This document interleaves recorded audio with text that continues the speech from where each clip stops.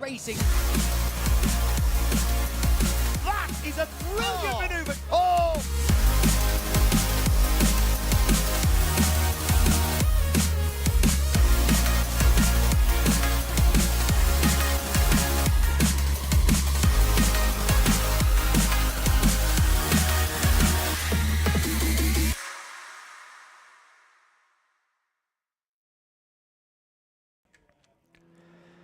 Good morning, everybody. Welcome along to Oulton Park for the latest round of the TCR UK Championship for 2023, the third event of what is already turning in to a typically competitive season of racing. And we arrive now at a circuit that most drivers on the grid will have had highlighted from the moment the calendar was released. Our annual visit to the northwest, to the Oulton Park Island circuit, and for a pair of races today, a single day format, so we're back to just 2 races per day for TCR UK and Civic Cup, plus, as usual, a whole host of BRSCC support race action as well. Andy McEwen here in the commentary box. Paul O'Neill will be, well, everywhere today, in the pit lane, on the podiums, and joining me in the commentary box during the races for TCR and Civic Cup on what is a damp circuit. In fact, about 10 or 15 minutes ago, I would have said it was a sodden circuit here at Oulton Park, but it is getting drier. It's actually pretty warm still out there, and hopefully we're going to see the track conditions improve as we move through the day. It's a challenging circuit, 2.66 miles in length, but it's all really about that elevation, 79 feet of elevation change across the lap. It's a really winding, undulating, technically demanding circuit that requires the absolute maximum from driver and machine in order to set a good lap time, but even more so to be consistently quick over a race distance. We've got qualifying action coming up very shortly. The TCR UK cars are getting ready to head out onto the track, and this could be a particularly exciting session, maybe the most exciting qualifying session that we've had for some time, because the track is wet, but it is not likely to get any wetter. The rain stopped about half an hour or so ago. The blue sky is arriving, as you can see in the distance. This track is going to get drier over the course of the qualifying session, and as it gets drier, it will get much, much quicker. So it's going to be, I think, one of those sessions where the quickest lap times come right at the very end, and you've got to be on the money, and you've got to be out on track at the right time, on the right tyre, in order to set a really quick lap time. So it's going to be interesting to see what happens over the course of the qualifying session and who gets it right, because those who get it right could be rewarded with, or will be rewarded with, a good grid position, and we know how significant that can be here at Oulton Park. It's not the easiest of racetracks at which to overtake, and so if you can get yourself on the front row of the grid, that gives you a really, really good opportunity then to score some points when we go racing later on. Just to give you an idea of how the day will look, live throughout the day here on the TCR UK YouTube channel, by the way, so you don't need to change channels too much, although we will have a couple of different streams. We've got a qualifying stream that's going to cover this 20-minute qualifying session for, 20 minutes, right, the first time qualifying session for TCR UK, followed immediately afterwards by qualifying for the Miltech Sports Civic Cup Championship. That's a 15-minute session, and then we will be back again at around about 11:45, I believe, later on this afternoon for all of our race action, which will include, as I said, 2 races for the Miltech Sports Civic Cup and TCR UK. We've also got 2 races apiece for the Airtech Motorsport Fiesta ST240 Championship, the Demon Tweaks Audi TT Cup Championship, and the BRSCC Fiesta Junior Championship that will be out there as well. So a busy day of racing taking you all the way through towards 6:30 this afternoon. Where else would you rather be on a, hopefully, what's going to become sunny Saturday here at Oulton Park? So as the clouds do begin to clear, the track has cleared after our first session, which was a little bit of an additional practice session, not for TCR cars, but for some of the support race categories, just to get to grips with the track. And that proved to be a popular session, because I think a lot of drivers saw the change of conditions from yesterday and decided they wanted to absolutely make the most of the extra bit of track time. You can see there still little bits of standing water. The area of the circuit that usually is the biggest challenge in these conditions is the final sector, up over Clay Hill, through the double apex right-hander at Druids, and then down into the final corner at Lodge, because that is completely covered by trees at this time of year, so it takes much longer for that area of the racetrack to get dry than it does the rest of it. So that, again, adds to this challenge of qualifying, because they have less time to set a lap time that they did last year, only a 20-minute session, not 30 minutes as it has been in previous years, and also we're going to see certain bits of the track drying out more quickly than others. There you can see a bit of work being done by the marshals up at, where's that, the Island, that's the hairpin, yeah, it's the Island hairpin, where they are sweeping some water away. That's off the racing line, although possibly only off the racing line because of the hard work of that marshal with his broom. There we go, he's got another couple of marshals coming over to help. And a shout out, as always, to the marshals. We always say this, but on days like this, you particularly come to appreciate the marshals' hard work because they have to stand out there in pretty abysmal conditions. And it can't be pleasant always, but they do get front row seats for the racing action. And here at Oulton Park, I know that they've got a really dedicated marshal team, lots of local marshals who will be here every single weekend. They never miss an event, and without them, Oulton Park wouldn't have a thriving calendar as it does now, and British motor racing wouldn't be in the strong position that it is right now either. So we thank them as always for their hard work. They are likely to have some hard work to do as the day goes on, because it is one of those tracks that punishes you for mistakes. If you slip off the road, there are gravel traps and grassy runoff areas, but then ultimately barriers as well waiting to catch you, and the marshals are there as always to make sure that the drivers are safe and that the track is ready for racing. Few people have got front row seats with their camping pitches, haven't they, up there on the approach to Lodge Corner. Bit of a hidden gem, Lodge Corner, really. It's one of the best overtaking opportunities, if not the best overtaking opportunity on the track, but not many people think to venture out that way. There is a grandstand these days on the outside of Lodge Corner, and that grandstand allows a good view, pretty much, of what you can see from this camera. The cars coming out of Druids underneath the Paul Warwick Bridge and heading through that undulating and bumpy braking zone into Lodge Corner, where you can, if you're feeling brave, throw it up the inside or try and get the switch back up over the line. That's another good way to try and make some track position here. Right then, green lights are flashing around the track. And that means that we are almost good to go with qualifying for the latest round of TCR UK.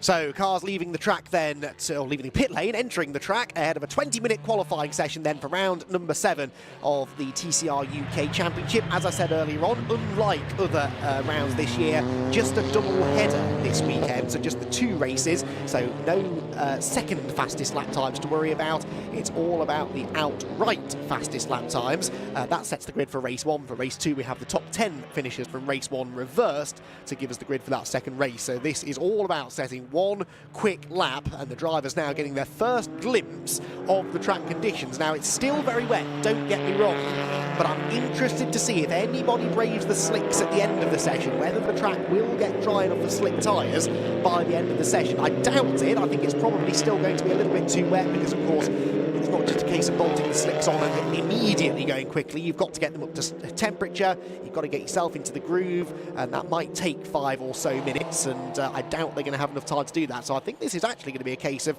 trying to keep the wet tyres alive long enough that you can set a lap time, a good lap time, at the back end of the session when the track conditions are at their best. But right now, as you can see, still very wet as they head under the trees towards Lodge Corner. Carl Boardley there nipping up the inside of Jeff Oulton and trying to claim a little bit of clear track position as they head towards the start of their first flying lap. Now, unlike in the dry conditions where we tend to see the drivers coming in and out of the pit lane a lot to swap over tyres, fronts to rears, lefts to rights, and so on, I don't think we're really going to see that in the wet conditions. The wet tyres, they just want to try and run as many laps as they can on them, as quickly as they can, to try and get those tyres into the right operating window, and also trying to find yourself a bit of clear track, which is proving a little bit of a challenge for a few. Jeff Oulton leading a queue of them down through Cascades Corner, and trying his best to not get in people's way, but that's easier said than done, I suppose, on such a narrow circuit as this one.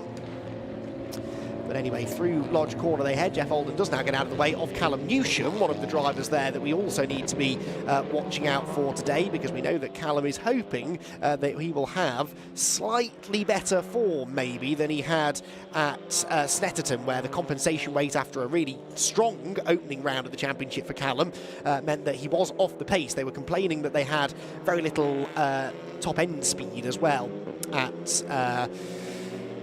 Snetterton, but here at Oulton, hopefully, especially with the wet conditions, we might see Callum Newsham returning to the top step of the podium, where he finally found himself after a long time waiting at Brands Hatch at the season opener. Right then, cars getting themselves up to speed. I've been joined now by Paul O'Neill in the commentary box, and Paul, your first view of the track conditions out at the back of the circuit. As I was just explaining, this is the area that often takes the longest to dry, and it comes right at the end of the lap, so you could be on a really good lap and then do exactly what Brad Thurston's done, locks up into Lodge Corner, straight into the gravel, avoids the barriers thankfully, but Brad proving my point for me. Yeah, exactly that. I tell you what, I've come at the right time there, haven't I?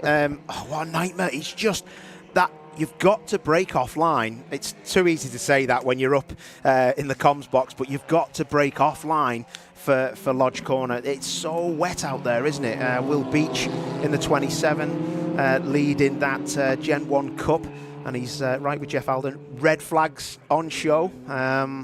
Yeah, that's going to be a bit of a nightmare. That is going to cause an issue now, because the track is going to get drier.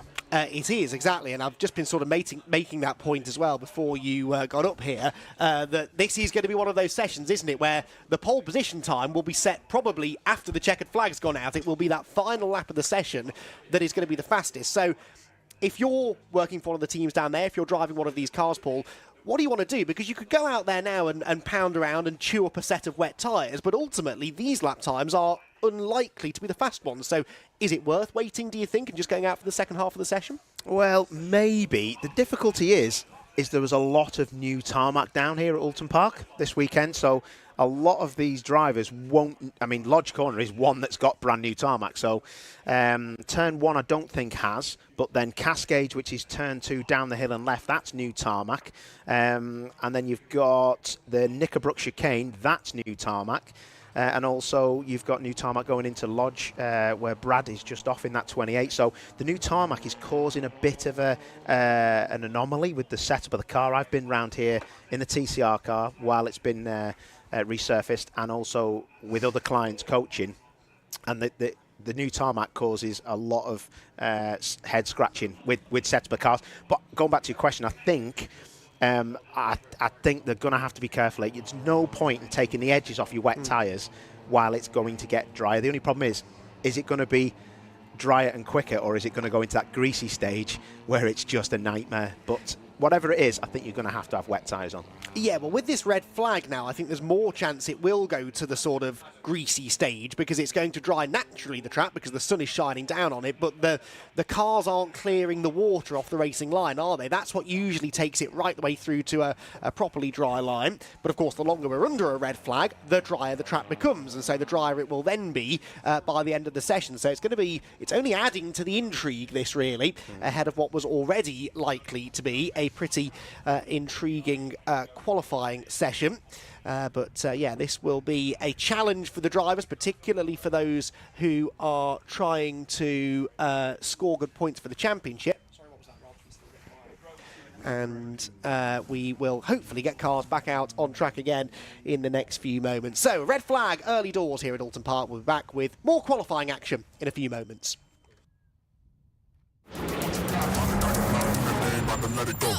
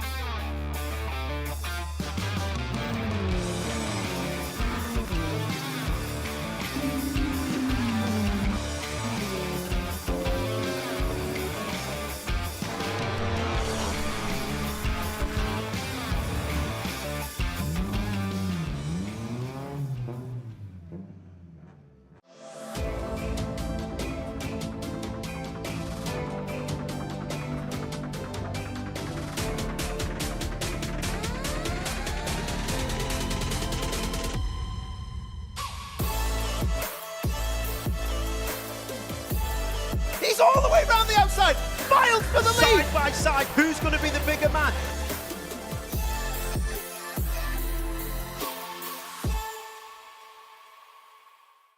Is your business ready to switch over to cloud telephony before the BT analogue switch off?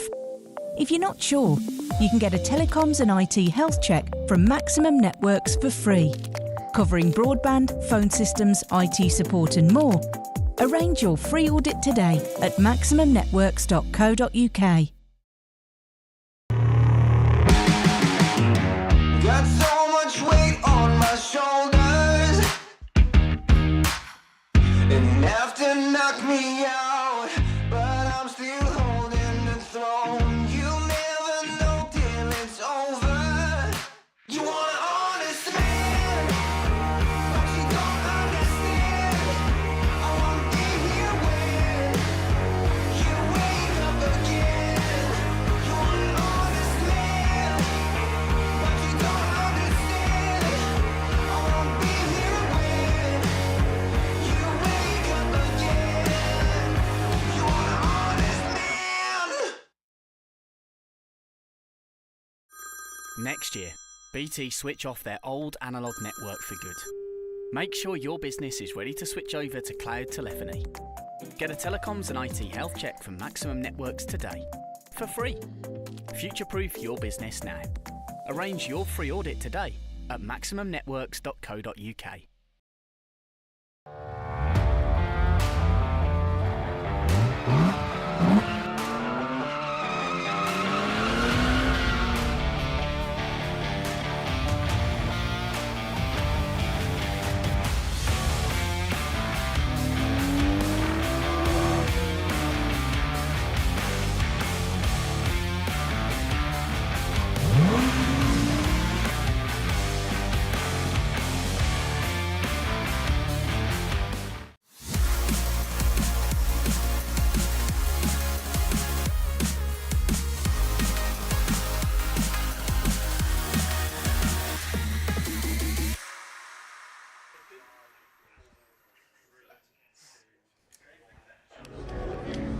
Welcome back to Oulton Park, everybody, where cars are in the pit lane during a red flag in qualifying for TCR UK. Brad Thurston's Honda deposited in the Lodge Corner gravel trap. Many a great driver have ended up in a similar position, but in wet conditions it caught him out on his the end of his first flying lap in qualifying. The clock has stopped, so we've got just under 16 minutes left of the qualifying session. No real representative lap times have been set yet. Adam Shepherd, for what it's worth, on provisional pole position, but that we know will change as we go forward. Andy McEwen and Paul O'Neill here in the commentary box to talk you through the session, and something interesting that I just spotted there, it's not on screen now, but Joe Marshall's Audi, unlike everybody else, they've queued up in a nice orderly line at the end of the pit lane. Joe's Audi is parked at 45 degrees in front of his garage with the tyres off and slick tyres waiting. Now, at the moment, surely far too wet to go onto the slicks, but that is a team thinking ahead, realising that whilst we're sat under red flag conditions, the track conditions are evolving, and it's good to see that they're at least considering taking that gamble. Two things. Rob Boston Racing. Rob Boston is one of the top thinkers in this championship. He thinks ahead of the game. The other part, the clock stopped. There's still 16 minutes left of this session. There's actually 3 or 4 things here. The wind outside, you see the flags in the background? Yeah. They are blowing like a good one. The sun's out. Everything says to me it's a slick tyre. What they will probably do, if I was them, I would go out on those slicks probably about 2 or 3 minutes after everyone's gone and just go pound round for 10, 12 minutes, get the heat in them, and if that dry line appears, they're in the pound seats while everyone else's tyres are going to be shot, and they're all leaving the pits on wet, which is, at the minute, the right thing to do. It is, but it's all about anticipation, isn't it? And that is where the big teams that have been doing this for years and years and years know what they're doing. Now, there is Joe Marshall's car. What tyres are they putting on?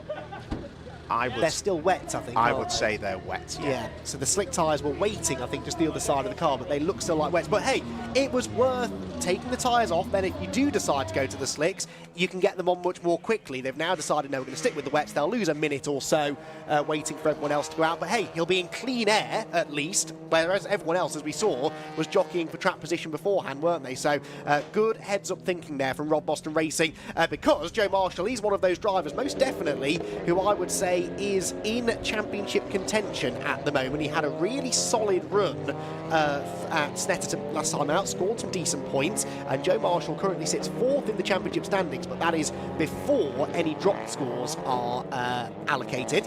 So he is right up there, certainly, once those drop scores are added. Mark Smith that's on screen, it looks like he's got front slicks on. It actually looks like he has got front slicks on that car. He's got yellow sidewalls on it. He's certainly not pushing, which would tell me that car has got slicks on the front. I mean, that sometimes people will run wets on the rear, slicks on the front. Can you do that in TCR UK though? Because it always used to be the rule that you couldn't. I didn't think you could, if I'm honest. Maybe Mark thinks that you can. Maybe, but I mean, that would say to me he's not going massively quick, is he? But I mean, the proof will be in the pudding, because you'll be locking up going straight. I mean, the speed he's going would tell me that he is on slicks of some sort.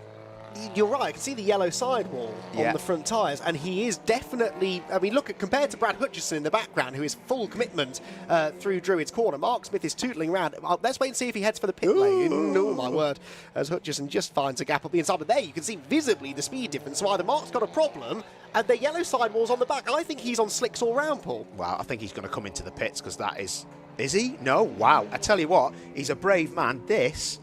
I think there's just too much standing water, but then I look at the clock and there's still 13 minutes left. Look at the water then. Oh, that's way too wet, isn't it?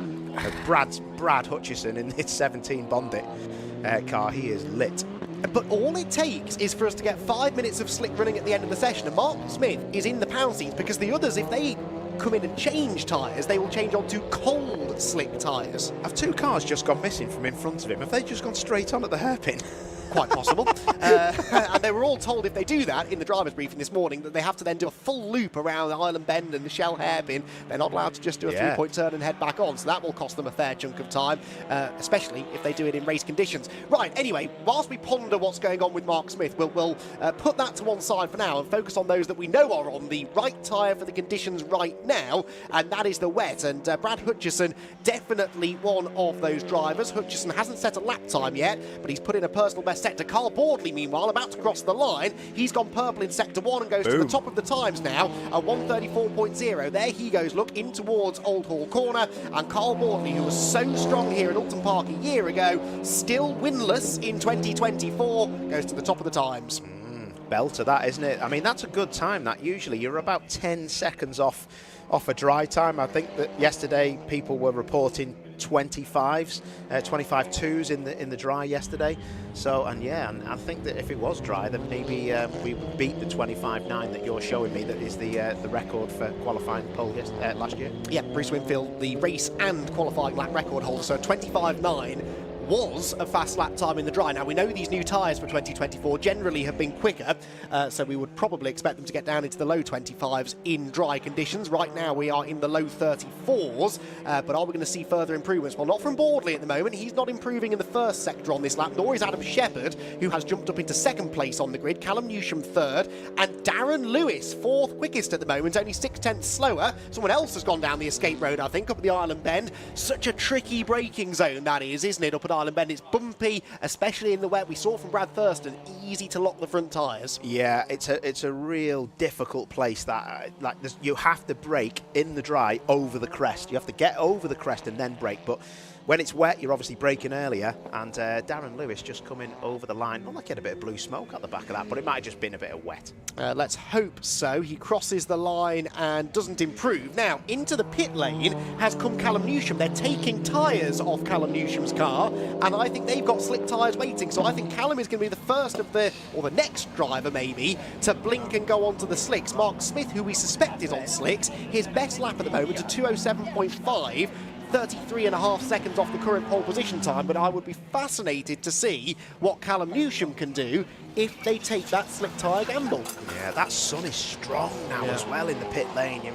they're taking the time, aren't they, with Jeff Alden's car there?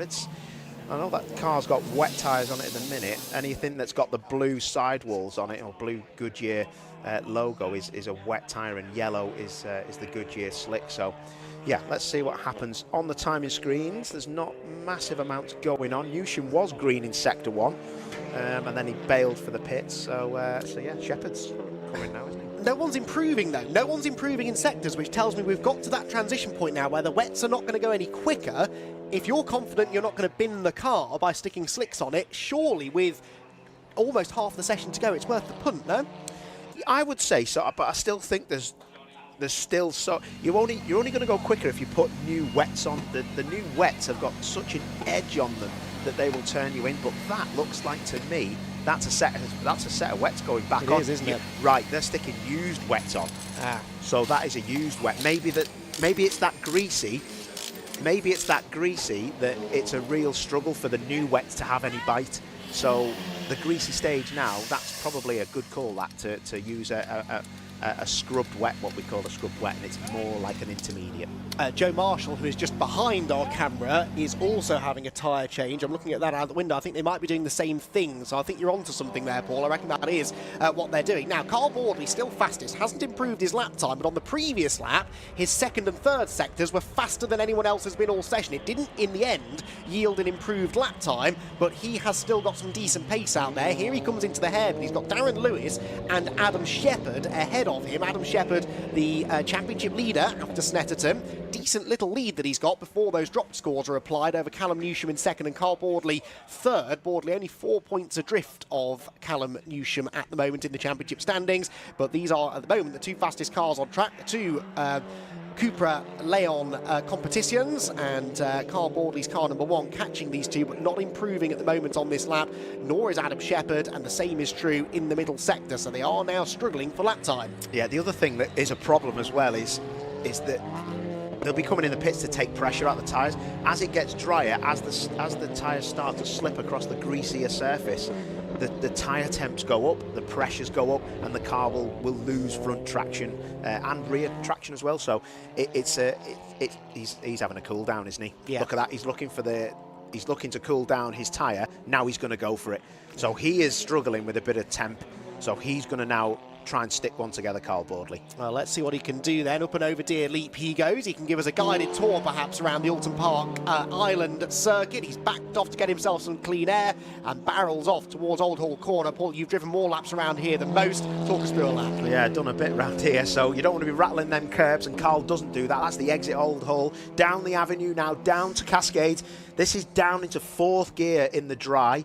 Probably 3rd in the wet. Look at that wide line on entry, looking for the circuit that hasn't got the rubber in it. This is the difficult part. Will he stay right now down to the island hairpin? Yes, he does. Over the crest, starts braking, then starts to come across to the left, and he'll miss the apex like he does and try to get that car as straight as he can in 1st gear in the dry, that is, maybe 2nd in the wet, just to stop those wheels spinning. Traction up and over hilltop. Excellent part of the circuit. In a TCR car, it feels so alien driving around here. The cars are so big, the circuits are narrow. Into the chicane at Knickerbrook. You just want to get these apexes as best you can, even in the wet. This is new tarmac, so it should have a lot of grip. Oh, that's not what you want to do. You'll get wheel spin on those red and white curbs on the exit. Up over Clay Hill, this is horrendously scary. Up to 5th gear, sometimes you hit the limiter. On the brakes, that car doesn't look like it's that soft on the dive when it brakes, but look at that. Round Druid, absolutely flat out, some commitment that, but still on the timing screens, it's not fast enough. He's all over the track looking for the puddles.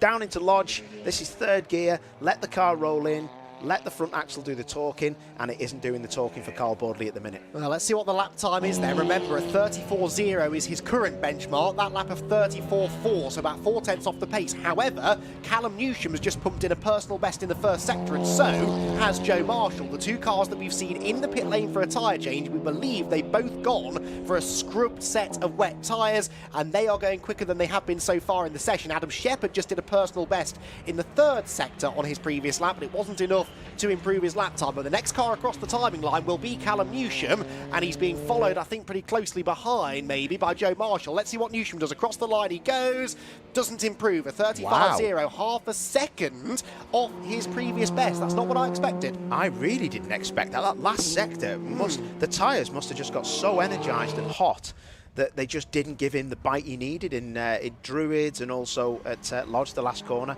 But yeah, I was looking for, that was going to be a front row, I thought. Joe Marshall improves to 4th ahead of Darren Lewis. Darren Lewis still in the top 5. We said in our social media sort of preview about an hour ago down in the pit lane, Paul, that Darren was one to watch for this weekend. He's living up to that billing. Yeah, he is. He's got a good car. He's a good driver. He's done a lot of racing. There's a lot of drivers who've got a lot of respect for him. I think people sometimes get the wrong end of the stick with Darren and think he's a feisty driver and maybe gets his elbows out. He does, but for me, he's fast and he gets the job done. So yeah, someone's had a massive spin. Now, we are not racing on the international circuit at Oulton Park today, but 2 drivers haven't got the memo and have just gone straight on at the Island Hairpin. But yeah, the amount of dirt, that is not a part of the racetrack we're using this weekend, but someone's had a moment. Brad Hutchison, one of the drivers. What have you spotted, Paul? Right, Newsham is on a flyer. He has done fastest ever sector. He's going to be we got him. Fair play to the director there. So Druids now. This is where he was very, very slow, but he's green and purple. This really could be pole.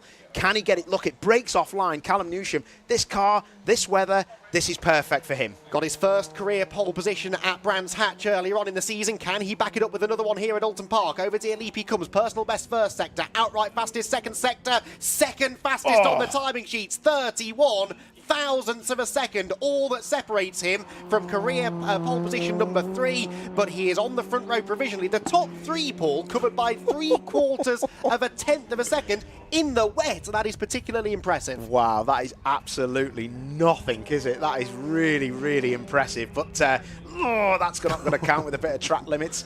But yeah, he was purple in sector 2 and 3. He's gone quicker again. Will that lap be deleted though? He's gone quicker again in the first sector. It just depends if he set the pressure pad off.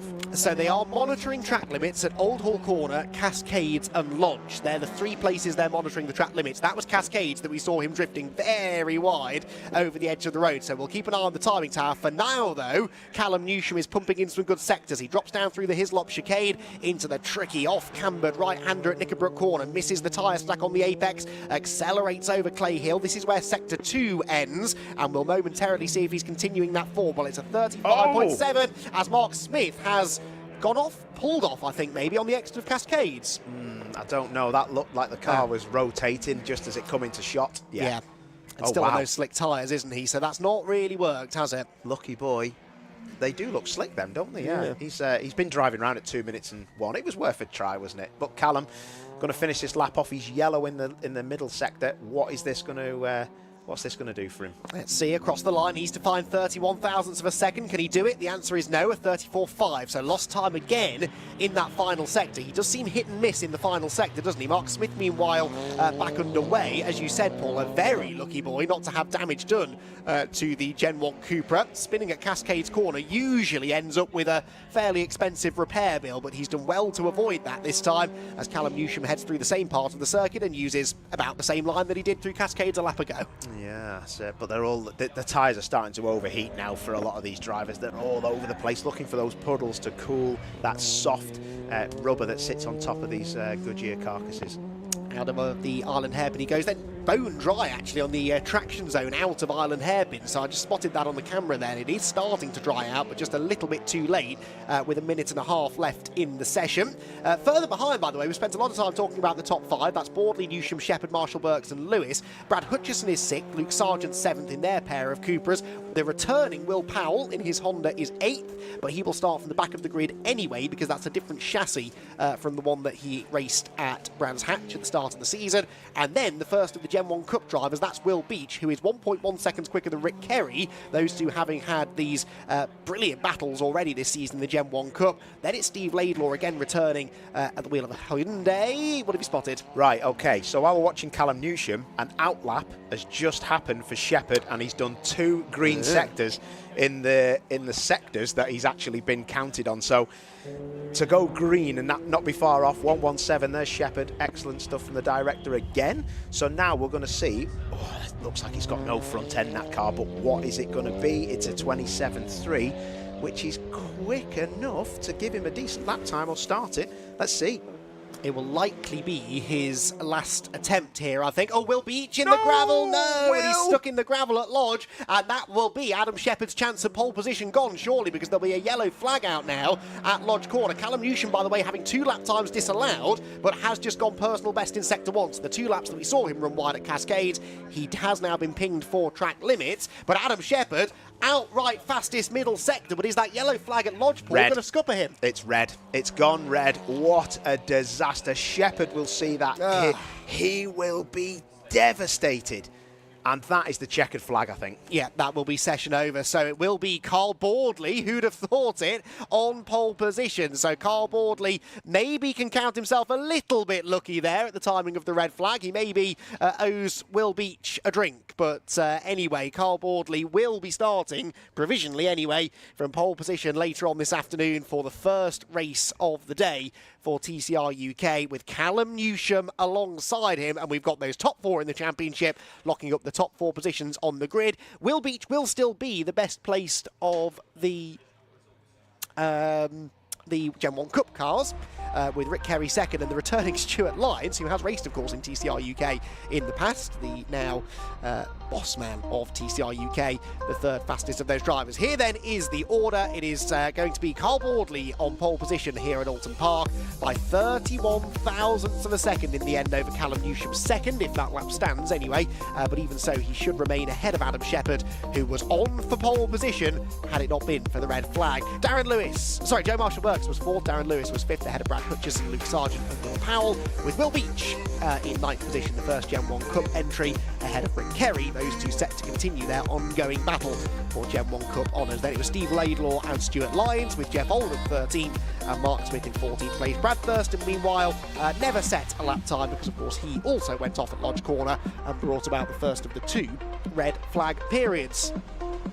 So, I told you qualifying would be interesting. It certainly was. It was eventful and it was successful, ultimately, for Carl Boardley, who, of course, because of setting the pole position time, has just netted himself 6 nice championship points. That's his best qualifying effort of the season so far as well. His first pole position, therefore, of the season. So he gets 6 championship points, 5 points for Callum Newsham, 4 for Shepherd, 3 for Joe Marshall-Burks, 2 for Darren Lewis, and a solitary point for Brad Hutchison. All of this, though, becomes relevant for the championship as we move forward, and once those drop scores start to be taken into account, which we will probably start looking into after this weekend, then that is definitely going to tighten things up at the top of the table, because yes, at the moment Adam Shepherd has got this very healthy championship lead, but that's only because he has yet to finish off the podium. He's been on the podium in every single one of the 6 races so far, Adam Shepherd, whereas the likes of Callum Newsham, he's had a couple of results at the back end of the top 5, so he's dropping fewer points than Adam Shepherd, and that will tighten things up quite nicely. Carl Boardley, likewise, has had a couple of races, or 1 race outside of the top 3, and Joe Marshall-Burks, of course, had that non-start at Snetterton last time out, which really sort of scuppered his entire weekend. So, yeah, that will be certainly something that's going to tighten the championship up after Oulton Park, with 4 more rounds to go after this one. We head to Croft next, then the first of 2 visits to Silverstone. The National Circuit is the first layout at Silverstone that we'll race on.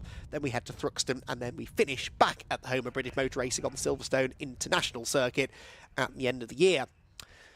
So, the drivers heading down to the pit lane. We'll hopefully get a chance to speak to a couple of them in a moment or so, but for now, we're going to take a quick ad break here at Oulton Park. Back with more in a few minutes. Is your business ready to switch over to cloud telephony before the BT analogue switch off? If you're not sure, you can get a telecoms and IT health check from Maximum Networks for free, covering broadband, phone systems, IT support and more. Arrange your free audit today at maximumnetworks.co.uk. Let it go.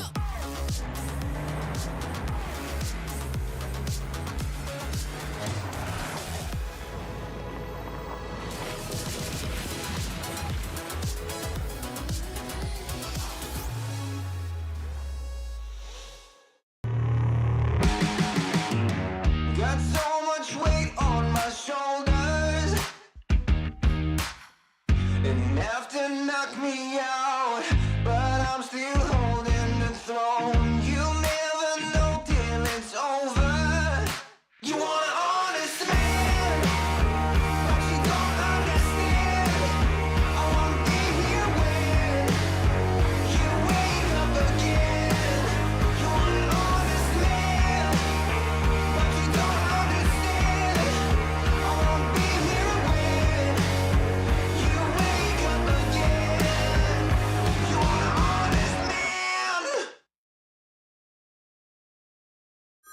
Next year, BT switch off their old analogue network for good.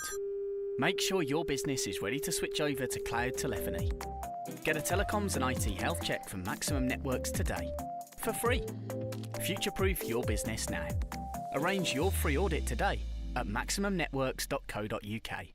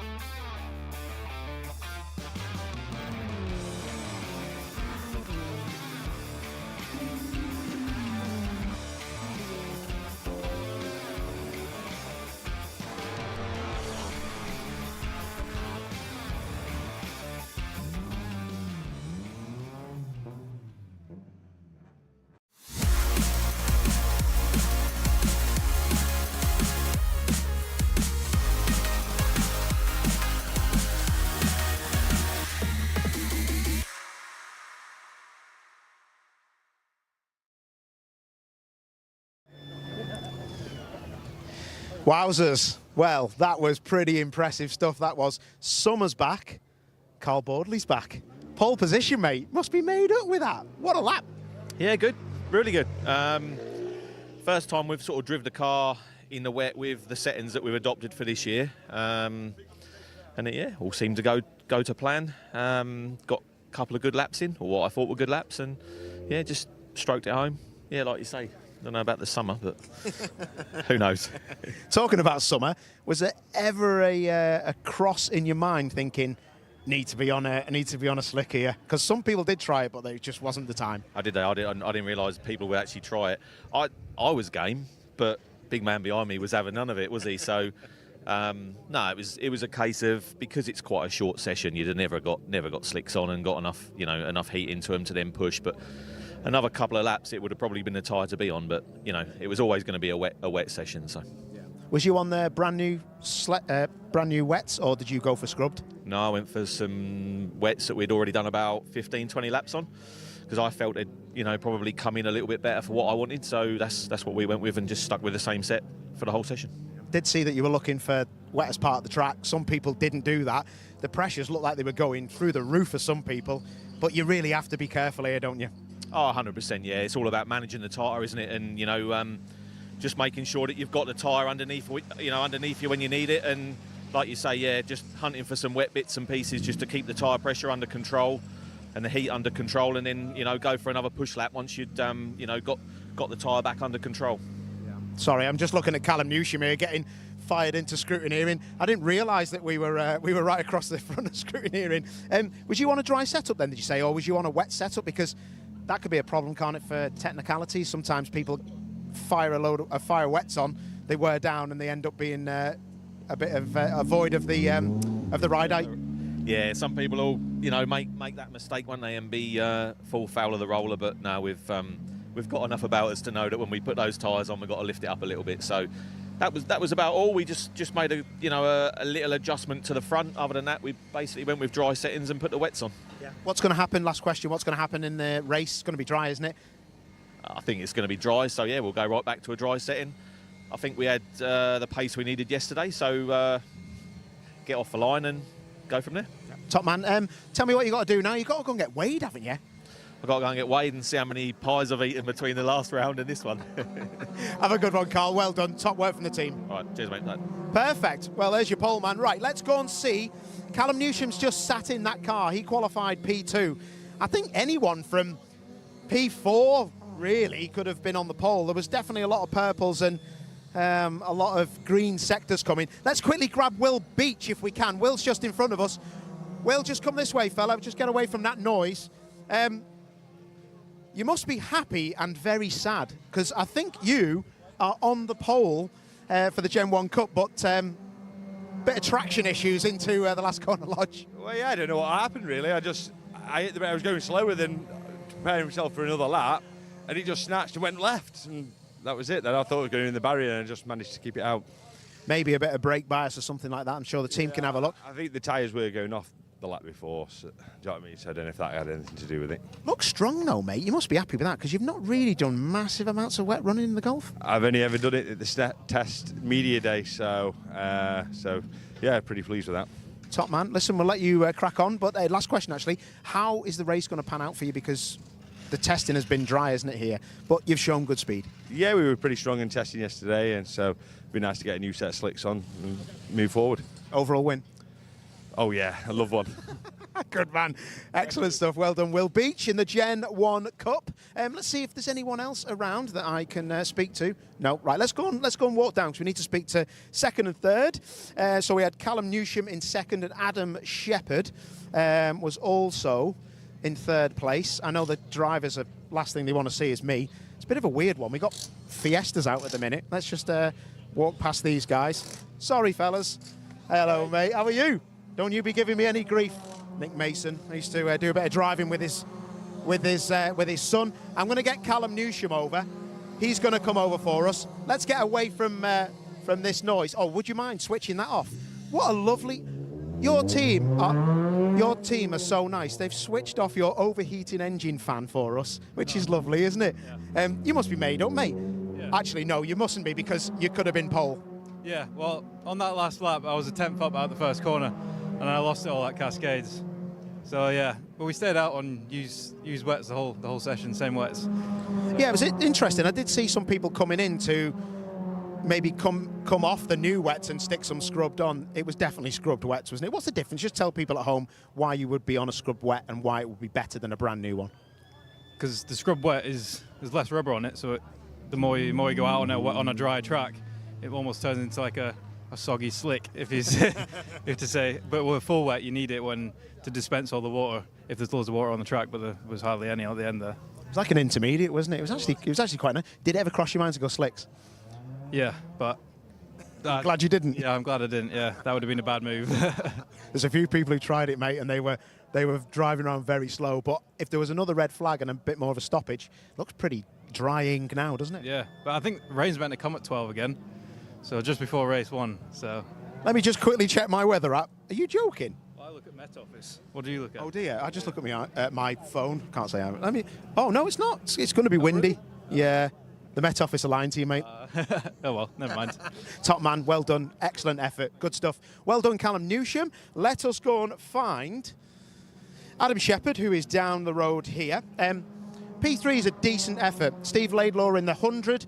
He's not done too much racing, but fair play to him. He was fast in testing yesterday, and he'll be looking to go a little bit quicker with slicks on that car. Joe Marshall, he was lighting up it was very close in qualifying, but he was lighting up the timing screens in that Audi in the 99. And it looks like Jeff Alden has a little bit of a problem in that Astra as Les and Darrell, who run the team, are just underneath that car, having a look at what's going on. But we'll find out a little bit about that later. Here's the most handsome man in the world with the best face and the best teeth.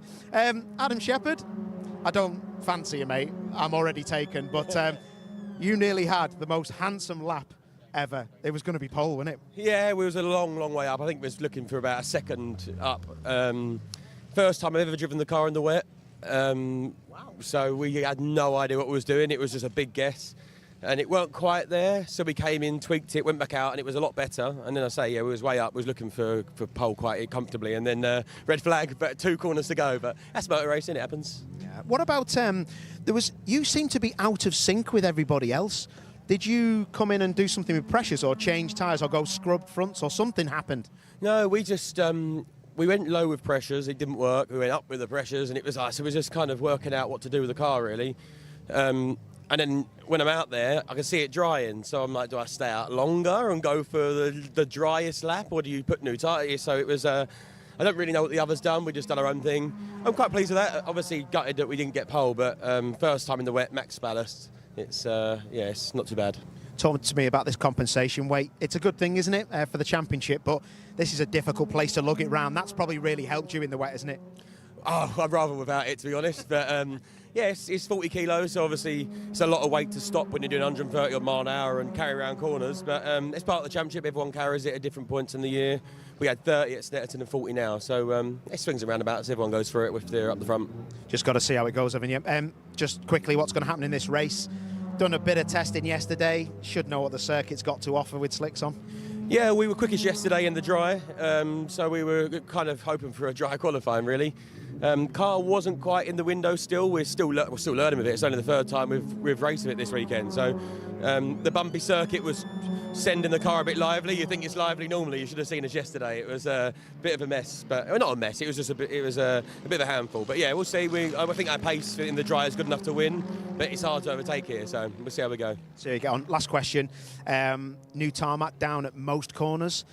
Weird, isn't it, to have it just in the corners? You come off such a different coefficient of tarmac, and then you go on to, especially Cascades. I drove a TCR car on Friday, and I couldn't believe the difference. Yeah, it is. It's the balance between corners is a bit odd as well, because on the way in you got grip, on the way out of some you're wheel spinning. So yeah, it is odd, but after a few laps you kind of switch off and just it just becomes the norm. But fingers crossed for a good race. Talking about switching off, mate, I'll let you go because I know this. I know you hate talking to me, but you crack on. Nice one, mate. Well done, Adam Shepherd. Let's go and see Darren Lewis, and his car is always one that you can see pretty easily. Let me see whereabouts he is. Oh, he's up here. So Darren Lewis was the pole man for the Goodyear Diamond Trophy. Let's see where he is. Darren, oh, actually, I was going to talk to Joe Marshall, but we'll leave him for a second. Just need to speak to Darren because he is the man on the pole for the Goodyear Diamond Trophy. He's just talking to his team. All right, Dazza, lad, can we just have a quick word, mate? When you've got football hooliganism at 10 and a racing driver at 12, I like this Nike. Is this Nomex, or have you just put it on? Be careful how you answer that. It's fireproof. Is it? I thought it was. Well done, mate. You're on the pole for the Goodyear Diamond Trophy. It's pretty good effort. You're flying. In the pre-show, we were talking about how good you've been, me and Andy McEwen. It's impressive. You're loving this car, aren't you? Yeah, no, the car in the dry yesterday wasn't as good as I was hoping, but in the wet today, it just felt real planted. But we only went on old tyres, and I got to a point as I was going through that it just felt like I was driving on jelly. And I just thought, I kept looking at the Delta, and I wasn't going to go any faster. But I think 5th, 8/10 off pole, I think that's quite a result, really, to be honest. Quite a result. Yeah. I think that's pretty impressive, mate. I'll go home now. What do you reckon this race? It's going to be dry. Some drivers are telling me they've looked at the weather and they're saying it's going to rain at 12. I hope so. You really do? You'd rather be in the wet? Honestly, I'd rather be in the wet. The way it felt yesterday in the dry, I'd rather be in the wet. It felt better in the wet than it did in the dry yesterday, to be honest. But just tell us then, you know, people at home watching, they might be thinking, what can it be? How can a racing car feel bad? They're on rails, aren't they? How was it yesterday? Why was it so difficult? Well, I'm getting on a bit now. And Stuart Lyons is 61. The corners come up a bit faster in the dry. So in the wet, it's a bit slower. No, I just in the dry, I was slowing the car up too much, and then getting on the throttle too early, and then causing understeer and loads of other things with it.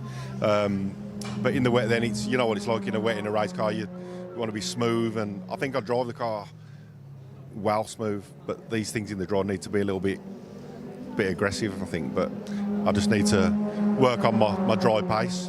But I think I'm always better in a race than qualifying. So that's put me in the mix, innit? So hopefully we can have a good race. Jobs are good, and well, the best of luck, fella, and I'm sure we'll be seeing you on the podium, hopefully. I'd love to. Cheers, buddy. I'm sure you will, Dazza. Well done, mate. Spot on. We did see, didn't we, just there, Joe Marshall, and he's actually here with Jack from TCR UK. So I'll quickly speak to him. Joe's always got some good stuff to say. He's a proper pro, actually, to be fair. He's probably talking some secrets here, and Jack will tell him to shut up. Sorry, Jack. Joe, that could have been so much better. Yeah. It was looking good, mate.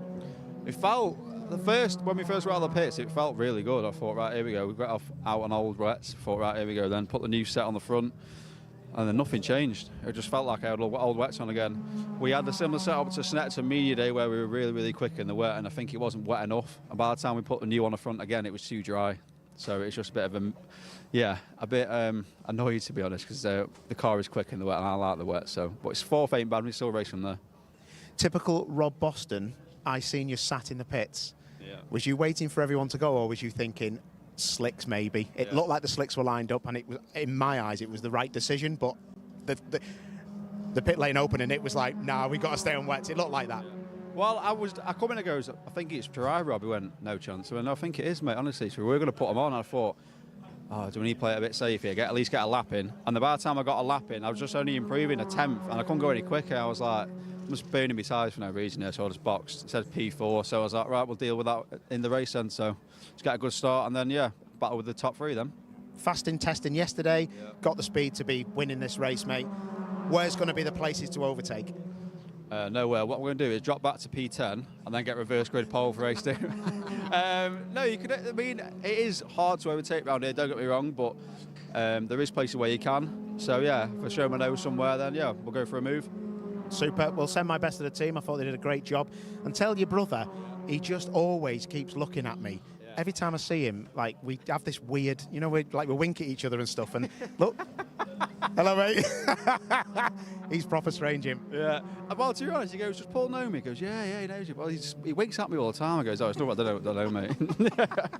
That's what happens when you're from Widnes. Yeah. Joe, let you go. Well done, mate. Spot on. Joe Marshall, somebody who can win this title, definitely. And that Audi from Rob Boston Racing is a pretty special car. So it's all happening here at TCR UK. I was going to go and speak to some other people, but I think most of them are gone. Luke Sargent might be somebody to talk to, actually. If we've got a bit of time. Luke Sargent, just on my right-hand side here, he's talking to Rich, his engineer. And I'm gonna chop in here. Sorry, there's Rich fuming. No, it's all right. It's good. It's good. He's one of the best people to work on a car that I have ever worked with. That guy is special, isn't he? Everyone knows him. Yeah, everyone knows Rich. He knows everything. He just get a car and he knows everything, and he'll tweak this, tweak that, and I'm like, okay. And then he goes, try that, and it's better. And he'll try that again, and it's better again. Rich is, he's good. I like it. How nice is it to have that when you're someone that's new to front-wheel drive, new to touring car racing? It's nice to have somebody that's got so much experience that you can just press on a bit, especially when it's changeable like that. Good thing with this year, obviously, we've all gone to Cupras. So last year, obviously, Hyundai, he knows them inside out. So with the Cupra, he got on it straight away. And Adam's setup and mine have been great all year, which is nice. So everyone knows Rich. He's just proper. You did make me laugh before on the pit wall when you said you didn't want to test yesterday, and look, it wasn't worth testing, really, was it? I know it's going to be dry later, but I think I was a second off. I haven't been here since literally I raced in my Lantra last year. I just couldn't be bothered to test yesterday. And I think this year there's the top 5. Everyone knows there's the top 5, and then there's sort of like me, Darren Lewis, Will, Brad Thurston, and Laidlaw, whatever his name is. So I think I knew I was going to be like 6th to 9th. So I thought, what's the point in testing? I know where we're going to be roughly. So just got out in quali. Thought it might be dry in quali and just try and go from there. But it was wet, which gave me a little bit of an advantage. I was a little bit in qualifying. I was miles away from where I wanted to be. I knew where there was time. I was losing time, and I could have just pushed on. But after seeing everyone going off and going on the full circuit a couple of times myself, I just thought, just go around, get a decent position if we can, and just go in the race. I think we'll move forward in the race. Top man. Last question. In the race, where are you going to be pushing on? Where's the Cooper strong? Up the hills with the power. It's up the hills. I've got no weight as well, so I think through the hairpin up the hill, going up to Druids up the hill there. I think it'll be strong. I think Joe will be quick. I think this will be Joe's weekend this weekend, and the Cupra up the hills will be where it's strong, hopefully. Well, you heard it from Luke Sargent. Joe Marshall is a legend, and he's going to win everything that he applies himself to. We'll see what happens. Well done, Luke. And yeah, we're going to go to an advert break, and we'll catch you in a bit. Is your business ready to switch over to cloud telephony before the BT analogue switch off? If you're not sure, you can get a telecoms and IT health check from Maximum Networks for free, covering broadband, phone systems, IT support and more. Arrange your free audit today at maximumbnetworks.co.uk.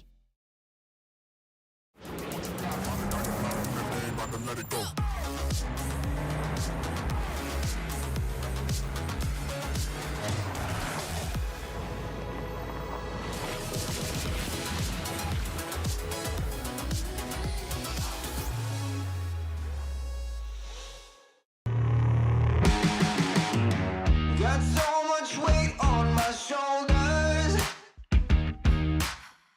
Enough to knock me out, but I'm still holding the throne. You'll never know till it's over.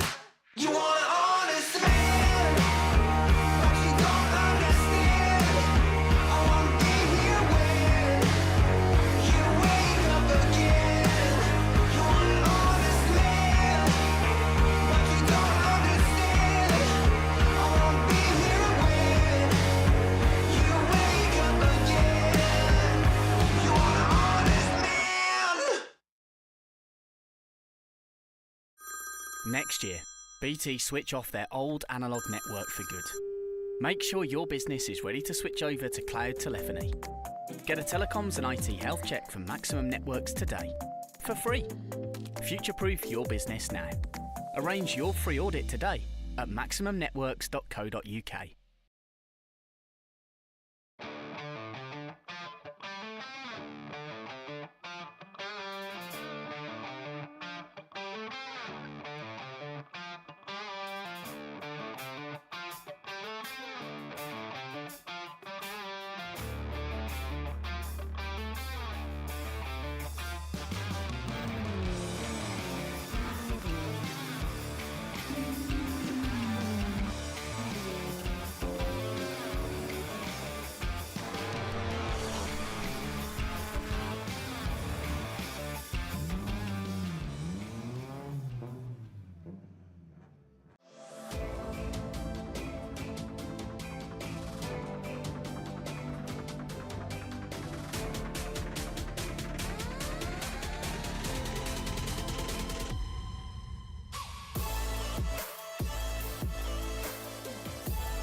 He's all the way round the outside.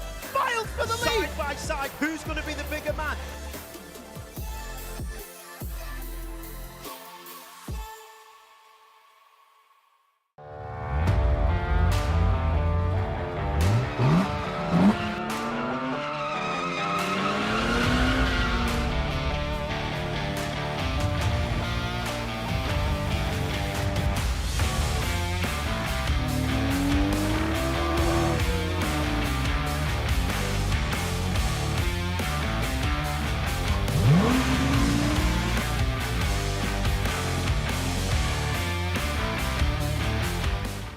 Is your business ready to switch over to cloud telephony before the BT analogue switch off?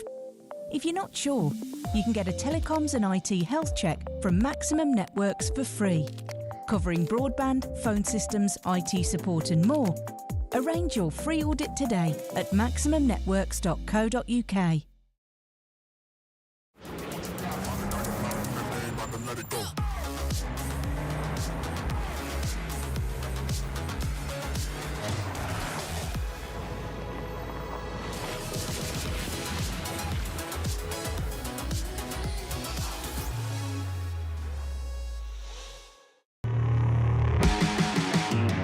Got so much weight on my shoulders,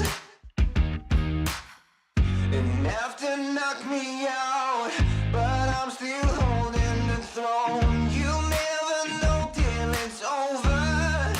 You want an honest man, but you don't understand. I won't be here when you wake up again. You want an honest man, but you don't understand. I won't be here when you wake up again. You want an honest man. Next year, BT switch off their old analogue network for good. Make sure your business is ready to switch over to cloud telephony. Get a telecoms and IT health check from Maximum Networks today, for free. Future-proof your business now. Arrange your free audit today at maximumnetworks.co.uk.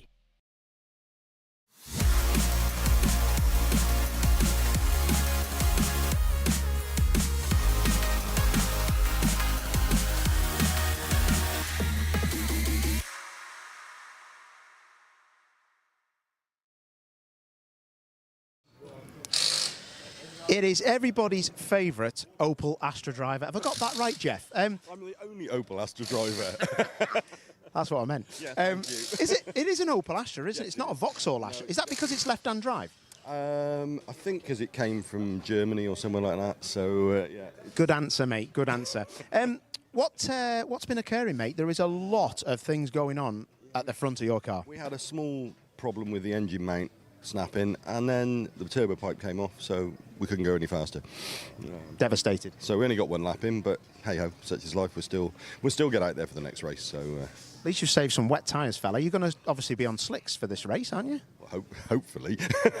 If it stays like it is now, yeah, we'll be on slicks for the next one, and then see where we go. We're not that far. I think we're 13th or 14th or something. So it's not the end of the world.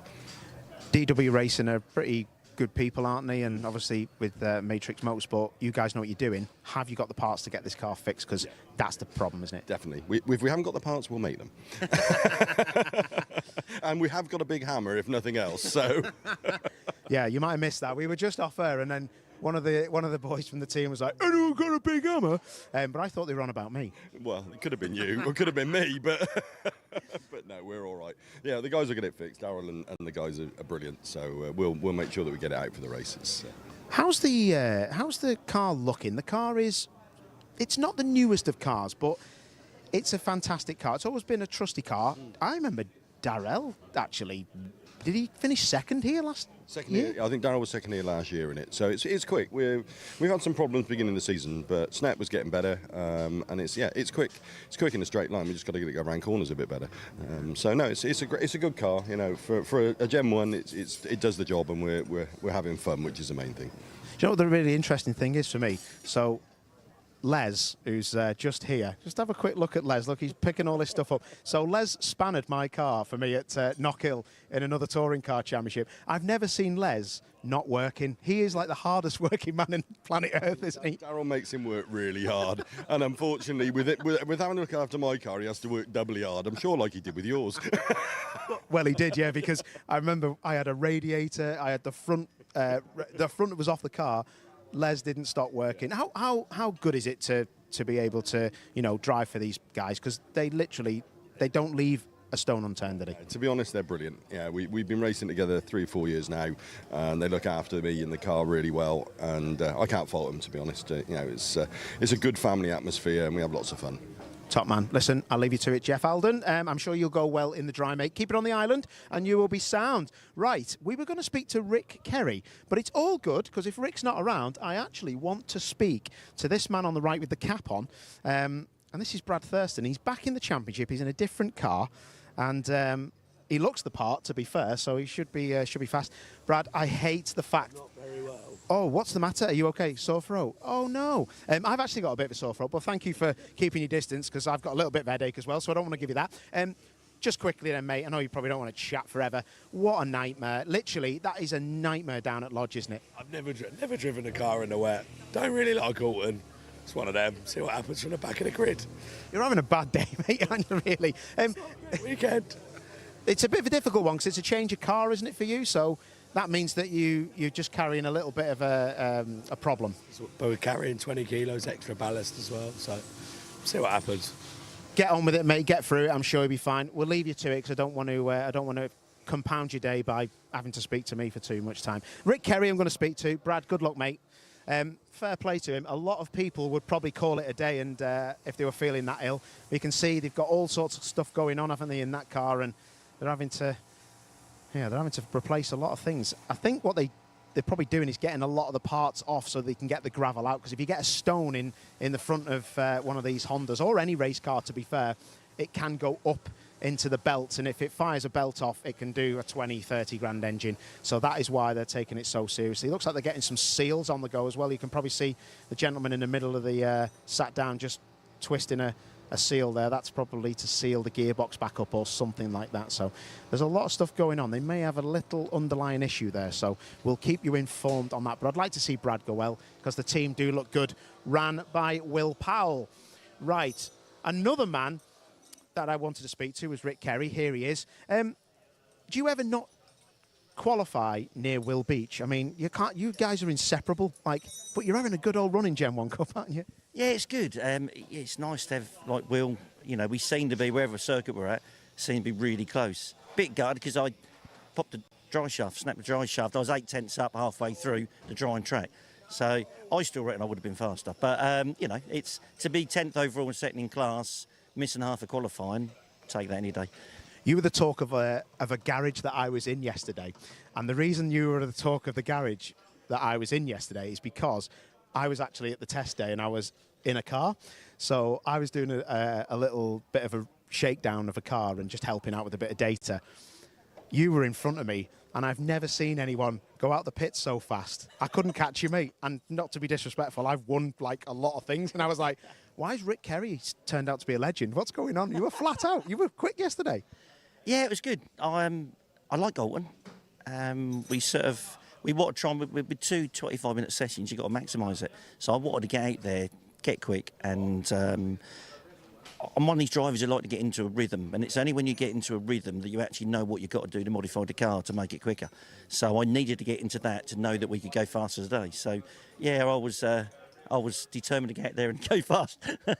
You were pinned. I was like, I can't even get in his toe. He's rapid. How's the car feeling round here? Because it's not the easiest of circuits. I always find that these touring cars always feel very big and the circuit feels very small. Yeah, it's a circuit I've always liked. It's in my early days, it was one of them circuits you nearly got to conquer. But it's also a circuit you can make mistakes, so it's just drive within the limits. It's a bit bumpy. It's got a bit of everything. Some corners sort of in between gear ratios, you're too quick in third. You're sort of not quite quick enough in fourth. I'm hoping with new tyres on, just to gain that little bit of corner speed will mean I can go through in fourth. But I like the track. It's one of me, always been one of me. I won here before in BMWs. But yeah, it's one of them tracks I like. Yeah, it's lovely, isn't it? And the sun's out now, mate. It's going to be dry, isn't it? Yeah, I think it will be. So, which is, I don't know which I'd have preferred being in a Gen 1 car. I mean, generally Gen 1 cars are probably softer than the Gen 2s. But this is a circuit where the Gen 1s and 2s are closer. So, yeah, we'll see. It'd be nice for a reverse grid to do. I'm assuming they're doing the reverse grid today, but it'd be nice to be somewhere up there on a track that you feel you could do a bit more with than Snetterton. Snetterton disappeared, didn't they? Well, we'll see. The circuit's a bit smaller. I'm sure you'll be grand. Well done, Rick Kerry. We'll catch you in a bit. Thank you. Top man. Right. It is time to go to an advert break. Lovely. Is your business ready to switch over to cloud telephony before the BT analogue switch off? If you're not sure, you can get a telecoms and IT health check from Maximum Networks for free, covering broadband, phone systems, IT support and more. Arrange your free audit today at maximumnetworks.co.uk.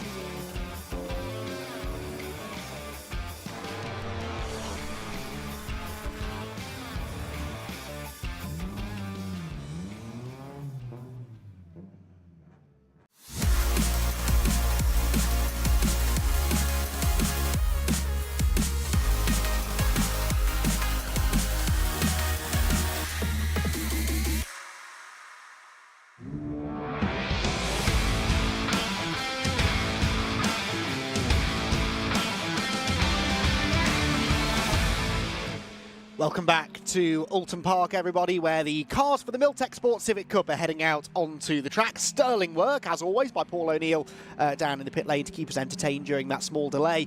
And even more sterling work by our marshalling team, who have repaired a barrier at Oulton Park. They have cleared up an oil spill from the top of Hilltop, in fact from the Island Hairpin, all the way down through the Hislop Chicane and Knickerbrook, and they've got the track ready and raring to go now for a 15-minute short, sharp qualifying session for the Miltech Sport Civic Cup that will set the grid for their first of two races later on today. And as we can see, the track conditions now improving every minute, really, there is now a definitive dry racing line around the circuit. So cast your mind back less than an hour ago, really, when the TCR UK cars headed out onto the circuit for qualifying. It was still a sodden circuit with lots of standing water and lots of slippery areas. Now, though, Paul O'Neill, track conditions looking much, much better. However, for Civic Cup, there isn't so much of a tyre lottery going on. They have one tyre that they use come rain or shine. It is now just a case of getting those tyres up to temperature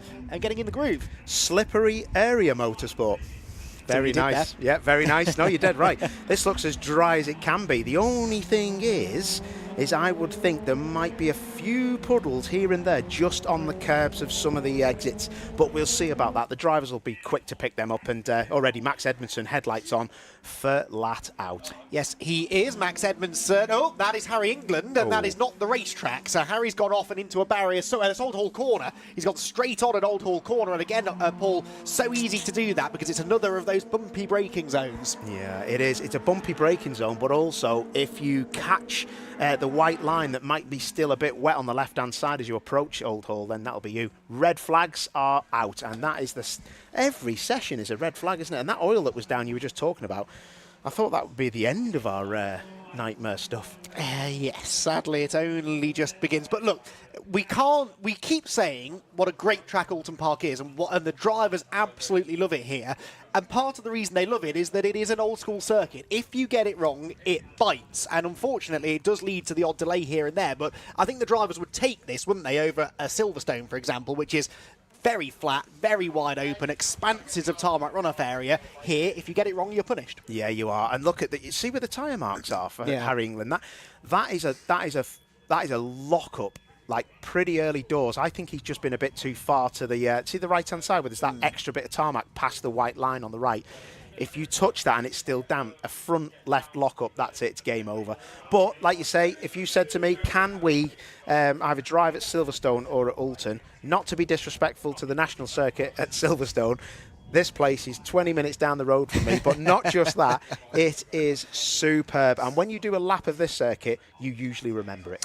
Yeah, absolutely, especially in a Civic Cup car, because you've got to drive these things on the limit, haven't you, to get a good lap time out of them, which is a lot easier to do, I would imagine, at a Silverstone than it is here at Oulton Park. So, yeah, proper driver's circuit. He's hit that quite hard, you know. Yeah. I mean, there's not... Look how far the car is off the circuit. As soon as you leave the circuit, and he's left the circuit at quite a high rate of knots, he's hit that hard, because look where the tyre marks are. That car's bounced hard. That's going to be quite a lot of... That could be a bit of barrier damage, you know. Them Rector-Cell barriers that you can just see where Harry's opening his car door.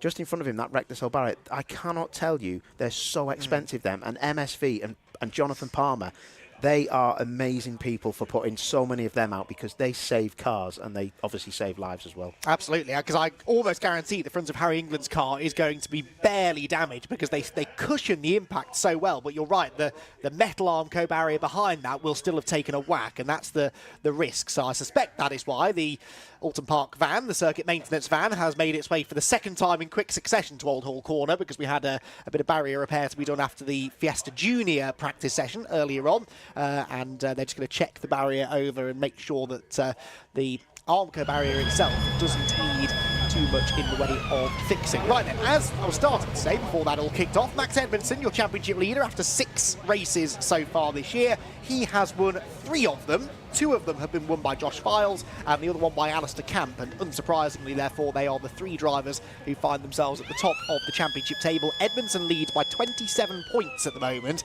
over Josh Files. Those 2, quite frankly, are in a different league to everybody else. They're both on, well, Edmondson 230 points, Files on 203.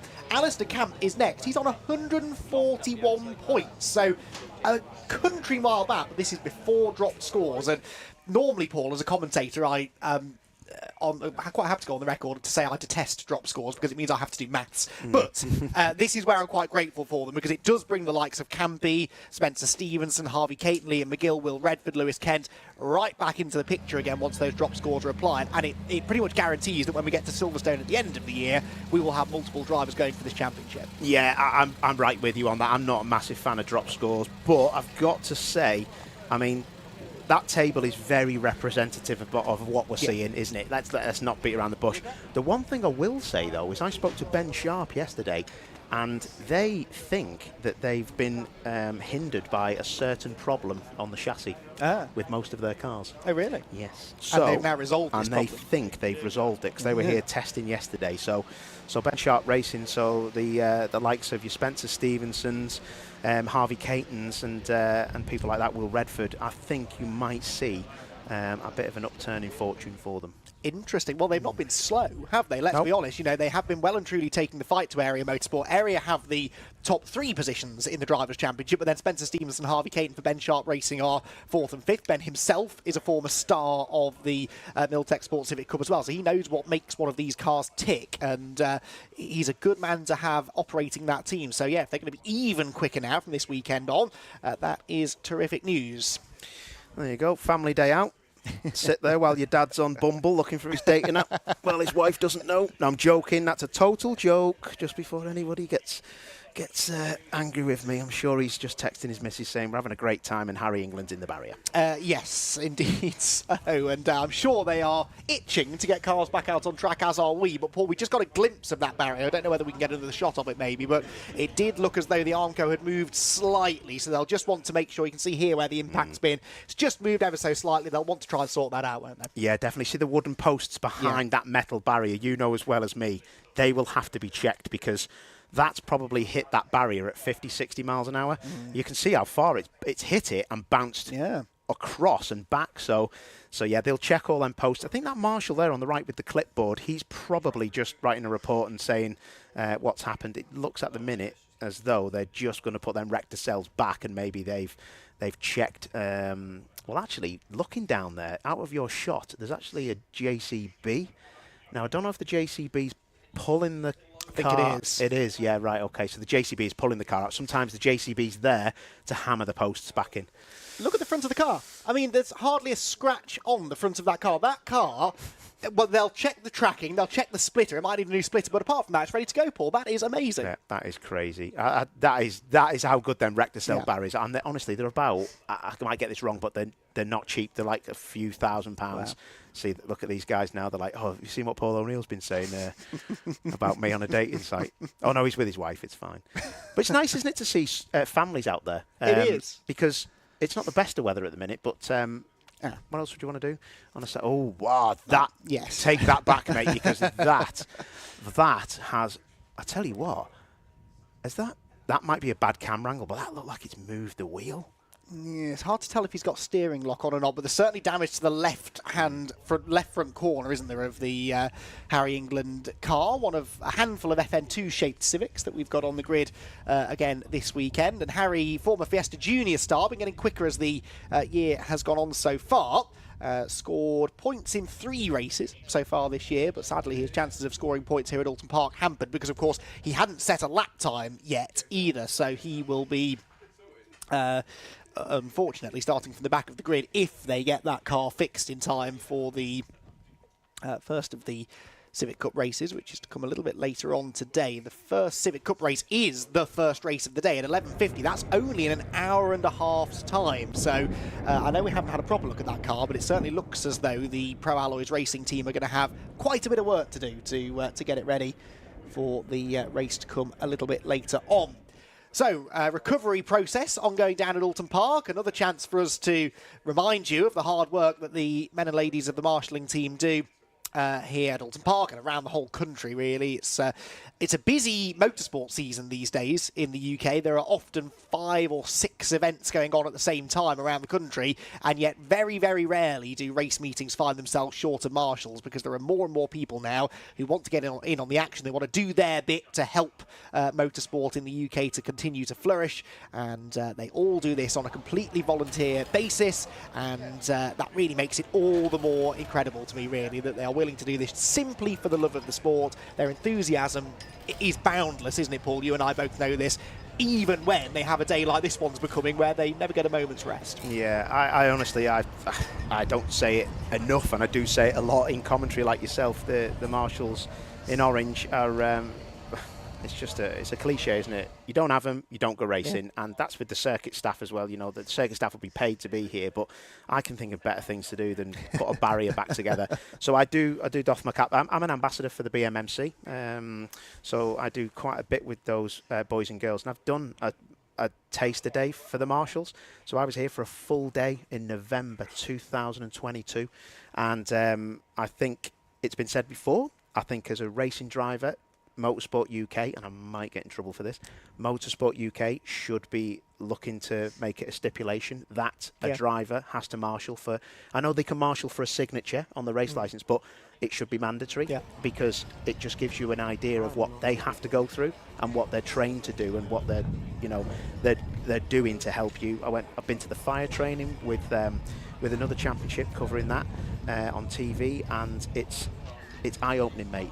I mean, some of these marshals, and I don't want to get too into this, but some of these marshals have seen some horrendous things, and to keep coming back and to want to help out, you know, that it's as dangerous as being a racing driver. You go out there, you know the dangers. End of the day, bless them, we've had people lose their lives in marshalling, and we should always respect what they're doing, and they're giving up their time and everything else like the racing drivers are doing as well. So it's a nice little family though, isn't it? And they appreciate the drivers giving them a wave, and they appreciate the drivers coming to see them, and yeah, it's great. They're good people. No, they absolutely are, and I completely second your opinion there. Drivers should all give it a go, because far too often I see a driver perhaps involved in an on-track tangle, they end up in a gravel trap, the marshals come over to check they're okay, and then they get a bit of lip from the driver, you know, and of course if the driver's spent a day or two in the marshal's shoes, they'd realise that actually that's probably not the right way to react to that. So yeah, it would be a brilliant idea as far as I'm concerned. Harry England watching on as the hard-working marshals put his car up on a flatbed truck. We can see now that left-hand side of the car has taken a bit of a battering, but the tracking doesn't seem too bad. I'm pretty sure they'll get that car turned around. But as I said, only, well, realistically less than an hour and a half now to get that car ready to be out in the assembly area ahead of time for their first race a little bit later on. But all the while that we are not running, that track gets drier and drier and drier, and we are far more likely now to see some really quick lap times when we do get the session back underway. So we have got a little look at that. They're already they're just getting that car all fastened in with the ratchet strap so it doesn't move. But that front left, you can't tell from here, but I would think that has moved. You can see the door stoved in as well, so it's took quite a big hit. I think when it's gone in, because it's on an angle at the first corner, I think that will have took quite a big hit, and you can see how much the split has been moved as well. So yeah, that's going to be a bit of a task, but hey, listen, Pro Alloys are no mugs. They know what's going on. They know what to do. And all things considered, I still sort of stand by my statements earlier on. Given the size and the speed of that impact, the car doesn't look bad. Certainly not half as bad as it would have been had that just been a normal old-fashioned tyre wall. So, yeah, those recticel barriers have saved an awful lot of damage, but still given the Pro Alloys racing team a little bit of work to do. Good to see a good crowd on hand here at Oulton Park. Oulton Park always is a well-supported circuit, isn't it? There are lots of people in the local area and beyond, indeed, who will travel to Oulton Park regularly to enjoy a day's motor racing. It's starting to get busier and busier now as the sun comes out. The grandstand's starting to fill up as well. So good to have a good crowd of people on hand to enjoy the racing as and when we get to it. But before that, we've got the matter of a qualifying session that very shortly, we hope, will be resumed. A bit of barrier repair work going on down at Oulton Park, so whilst the marshals are doing that, we'll take a quick break and be back with qualifying for the Civic Cup in a few moments. Is your business ready to switch over to cloud telephony before the BT analogue switch off? If you're not sure, you can get a telecoms and IT health check from Maximum Networks for free, covering broadband, phone systems, IT support and more. Arrange your free audit today at maximumbnetworks.co.uk.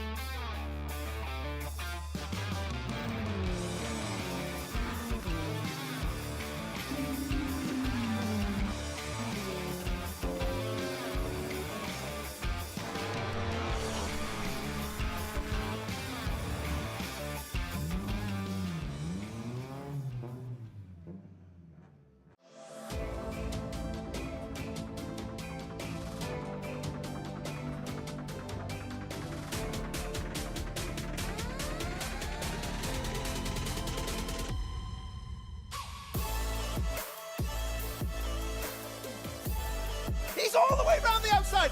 Miles for the lead. Side by side, who's going to be the bigger man?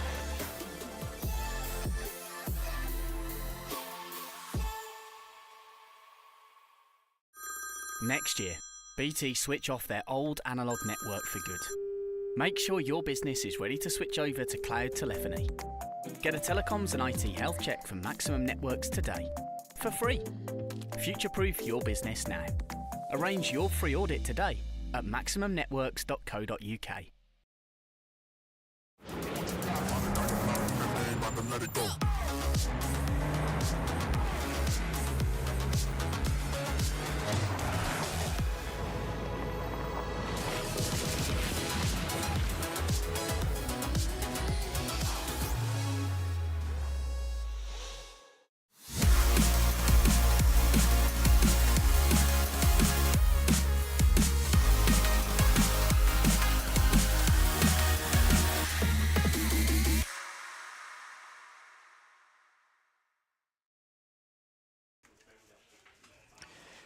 Welcome back to Oulton Park, everybody. The track clearing of marshals now, so within the next 30 seconds or so, we should have the session for the Miltech Sports Civic Cup qualifying back underway. In fact, less than that. Look at that. Impeccable timing.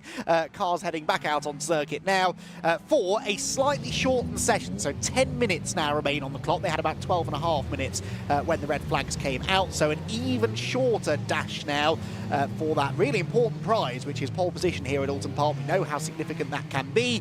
Lots of races here get won from pole position. Not all of them, but an awful lot of them. So important to try and get yourself as close to the front of the grid as possible. But of course, everyone's been queued up in the pit lane now. They're all being released as one. They don't really have time to mess around dropping back and finding clean air, so traffic management could be key here in the early stages. We've got sector times to watch for when we do start getting lap times in, so that will hopefully tell us ahead of time who's going quickly, but we sort of know the usual contenders that we need to watch out for, the likes of Max Edmondson, Josh Files, the top two in the championship. Will Redford, his local track, of course, car number 42. Will Redford tends to go pretty well here as well. Will's had a bit of an under-the-radar start to the season, I would say. He's 7th in points. He's had just the one podium, that coming in the second race at Brands Hatch at the start of the season, which was a reversed grid race, of course, and he would love to qualify well here today, give himself a shot of a good result in race one. So, Paul O'Neill, you've got, well, now 8.5 minutes on the clock. By the time you get round to start a lap, that's going to be closer to 7.5 or 8 minutes. There's a whole sea of traffic around you. How on earth do you get your head down and get in the zone here to set a quick lap time? Well, it's not just that, mate. There's a lot of people who had a lot of good space who have got nothing now. So I think we're going to see an interesting little mix-up on the grid. But the cream usually rises to the top, mate, so I think it's something to actually really look forward to, because there's going to be a little bit of toe-in, and if you're lucky, you might get a good lap time out of it. Well, the first 4 cars out of the pit lane were Max Edmondson, car number 1. He doesn't miss a trick, does he? Sam Kirkpatrick, Alex Camp and Liam McGill, all of them quick drivers, so they got themselves to the front of the queue, and they have got beautiful clean air. So watch for those 4 in particular to set good lap times. Sam Kirkpatrick actually fastest of anyone in the final sector of his outlap, although these are now where we start to get the proper representative times. No! Will Butts and Will Redford have made contact at Old Hall Corner. That looked really, really odd. We only caught the back end of that there, Paul, but Butsy is now stuck in the newly installed gravel trap at Old Hall Corner that is there to catch cars before they hit the barriers. Didn't really work earlier on for Harry England, and that is likely going to be another stoppage, Paul. That's going to be a red, that. That's interesting.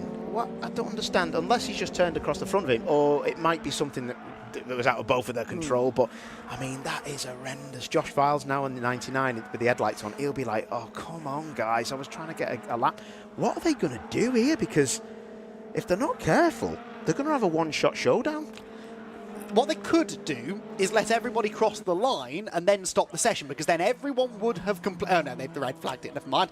So red flags come out straight away. I was going to say, if they let everyone complete a lap, they would have all completed their 3 mandatory laps that sort of legally qualify you to race, and then we would have something like a grid order. But no, the red flags fly once again, and we have 7 minutes left on the clock of what is already a delayed and shortened qualifying session. There will be something written into the regulations that explains what will happen, basically, if we were to have a qualifying session that simply couldn't take place, or, you know, where only a couple of laps were completed. We do have lap times, I suppose, but not representative lap times. 18 minutes at the moment, the pole position time for Max Edmondson. So I'm not really sure what they would do. They will probably have to go to championship standings to give us a grid if we can't get the session back underway, but we'll wait and see what happens. This shouldn't take too long though. There's no barrier damage. The car will be easily extricated from the gravel trap, and so we should get some sort of qualifying session back underway. But as we saw, it takes them 3 minutes, really, to get the whole field out of the pit lane and round to even start a flying lap. So this is now going to be real pressure on when we get going. Yeah, this is going to be a mixed up grid, isn't it? And has anyone actually... No one's actually done a lap time, have they? Because the last... Yeah, it's just showing on TSL that it's an 18-minute and 13-second lap for pole position. Not quite a lap record, that is it, Paul. No. But I would actually like to see... you know, if they do put it down, it's stopped on 6 minutes 59 seconds, but you're only going to get one flying lap really back, because they might even just drop that to 5 minutes. That's going to be out of the way in like 2 minutes, so they'll be going in a second, but that's not the point, is it? No, it's not the length of time that we're under red flag, it's the length of time it takes them to get back out of the pit lane and onto a flying lap. As long as you start a flying lap before the checkered flag comes out, you are then entitled to complete it. Marshall's pushing the car out of the way. Oh, I thought that was a postman getting involved, but it's actually the driver of the truck. I was like, where's he parked his bike? Yes, he is dressed rather differently from the marshals that were working on the scene down at Old Hall Corner. Anyway, Will has driven his car out of the gravel trap now and back towards the pit lane. There's a bit of sweeping work to be done, and then we'll try again. Third time lucky, hopefully, for the Miltech Sport Civic Cup. We were getting some sector times in. I'm just going to jot these down, actually, because these could prove significant when we do get going. Fastest first sector so far is a 27.7. And the fastest second sector, a 36.216. Those set by Sam Kirkpatrick and Alistair Camp, respectively. So interestingly, Paul, the little bit of running we had, we haven't got a lot to work with here, so we might as well just dissect the two sectors that we've got to analyse. Kirkpatrick fastest in Sector 1, Camp fastest in Sector 2, and quite a chunk quicker than Edmondson was there on cold tyres. Yeah, so there is... Yeah, that's interesting, isn't it? It's the normal... It's the normally fast people that are heading the sectors, isn't it? So the thing is, when you're in traffic, it's a nightmare. One person just makes one little mistake and that's it. It's game over. But I would expect Max Edmondson, the top three there, Camp's going to have a good time. If they don't hold each other up, look, Lewis Kent's there as well. I think he's about the 6th car back. All the fast people, most of the fast people are up the front, aren't they? The one who isn't is Spencer Stevenson. Oh, I think he's buried in the middle of the pack. So, and you could argue maybe Dave Marshall, although he's at least top third. Yeah. But Pro Alloys sent all of their cars out at the same time. You can quite clearly see that. They're all in the middle of the pack. There is Spencer Stevenson not far behind them. So that car, by the way, has been completely rebuilt. Yeah. In fact, it might even be a new car. It's a brand I think new it car. is a new car Yeah. after Snetterton. He had that nasty accident at Snetterton, and that was a shame because he's been the real standout performer, hasn't he? Brand new to the championship this year. Still a title contender once the drop scores are calculated, and Ben Sharp Racing, if he does go on to contend for the championship, he can thank them for that because they have worked overtime just to get him here. Yeah, Ben Sharp was saying that they only got the car, I think, not that long ago, a few days ago, and they had to obviously strip it and transplant all the bits. But no, typical Ben Sharp Racing. They're such a clever outfit. Like the top teams are brilliant in this. The top teams in this could run in any championship. Yeah, took the words right out of my mouth. I think the likes of Area Motorsport, Ben Sharp Racing, Pro Alloys Racing, I'm going to get told off now for forgetting someone, but all of the front-running teams in this championship, you could put them on any grid, certainly in the UK, probably beyond, and they would do very, very well. In fact, we've seen that, haven't we, from Pro Alloys and Area Motorsport in the past. Right, session back underway. They've just frozen the clock and then continued, so with just under 7 minutes of the session to go, we try again. Third time the cars have been released from the pit lane, and now onto what is a completely bone-dry track, certainly as far as the start-finish straight is concerned, but that final sector always takes a little bit longer to dry, and so that could be still a slightly treacherous part of the Oulton Park circuit for them to deal with, but the field makes their way out onto the circuit, led, I believe, still by Max Edmondson. He was at the front of the queue once again, and that's Will Redford getting feisty again. He's just tangled with Will Butts, and now he's locking up the brakes, steaming up the inside of one of the Pro Alloys cars there into Cascades Corner. But he wants to get on with this and try and get some clean air, knowing that, really, he'll have 2 flying laps, maybe 3, depending on the timing of it, to set his grid position for the first race. It's warm in here now, mate. Just listen. It is. I'm just going to zip this off. Sorry if you heard that back at All home. getting undressed, everyone. Yep, you love it, mate. No, I'm just taking this jacket off. It's really hot, isn't it now? It is. Right, the red lights are on.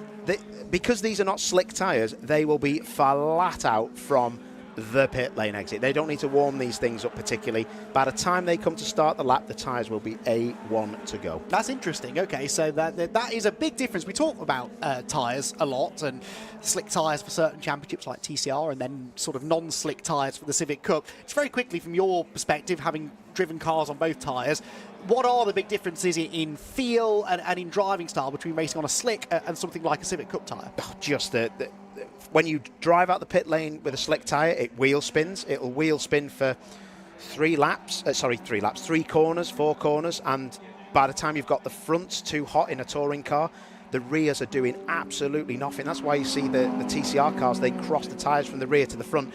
These Civics, they won't need to do that because the tyres will come up to temperature pretty quick across the front and pretty quick across the rear, which is just trailing round. But the lateral grip, Andy, I cannot explain to you. It's when a slick switch is on, just like a switch, the heat and the grip is unbelievable. These tyres, they literally need 4 corners and you could do a half respectable lap time. Interesting. No doubt, no doubt. Excellent, thank you. See, this is why we keep you around, Paul. You do know what you're talking about sometimes. I don't know about that. Right then, we are getting sector times in. Liam McGill, fastest of anybody in the first sector. He is one of the cars, I believe. If anybody just gone through shot, I think he's overtaken a couple of the other area motorsport cars at the front of the queue. Dave Marshall tips his way into the Hislop chicane.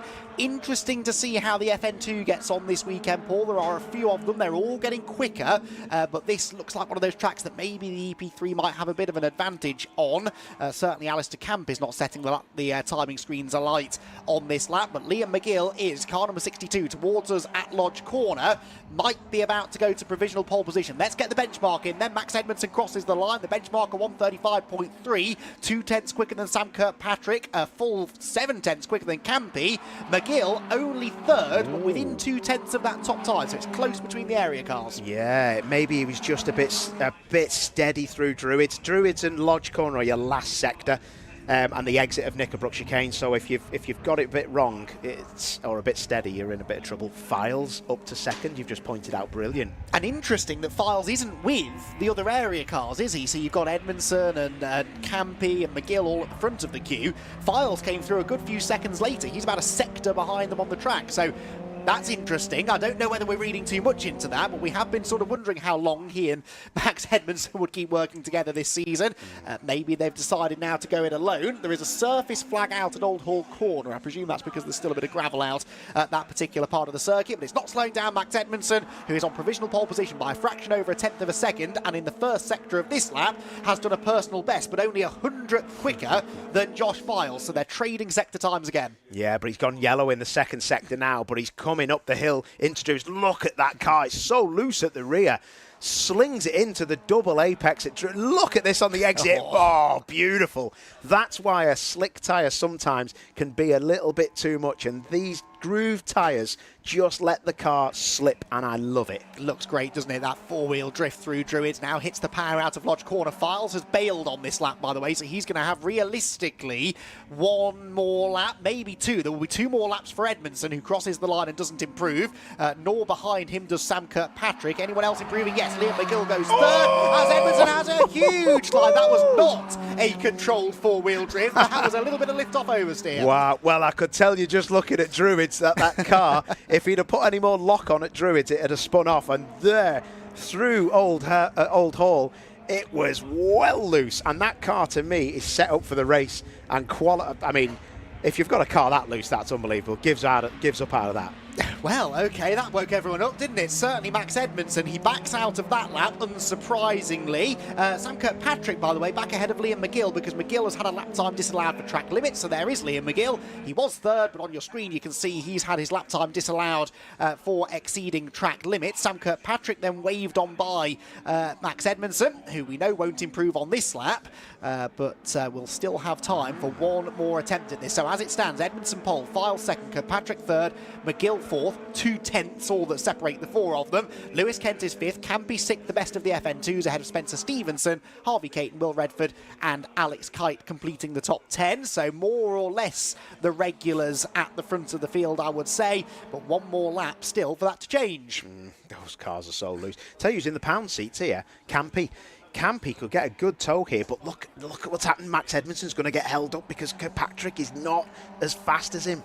Yeah, Kirkpatrick, well, on this lap does seem to be going a bit slower, but actually is only a tenth and a half or so slower than Edmondson's time. Max might get a nice slipstream as long as he doesn't catch Kirkpatrick too quickly. So across the line they go then. One more lap to go in the qualifying session. Spencer Stevenson now having a lap time disallowed for track limits as well. And I think Alistair Camp might be next on that list. Yeah, definitely. That's a shame that. He's trying to just get the toe off the back of Edmondson, but he's got no chance. That FN2 with the rear beam on it compared to the EP3's independent rear suspension, I don't think it works around this track, especially through the tight and twisty stuff at Knickerbrook and this hairpin. Yeah, absolutely. And over the bumps as well, the car just looks a bit more unstable. Now, Edmondson, you're pointing out, I think, has caught now Sam Kirkpatrick. His first sector at 27.8, so that is a good couple of tenths of a second away from the good sector times. Campy has gone personal best sector 1, but maybe a dubious run through the first corner. Files, purple, sector 1 though. Josh Files, we've not seen him all session, going quicker than everyone. Yeah, but look what Max Edmondson's finished. That's him done. This could be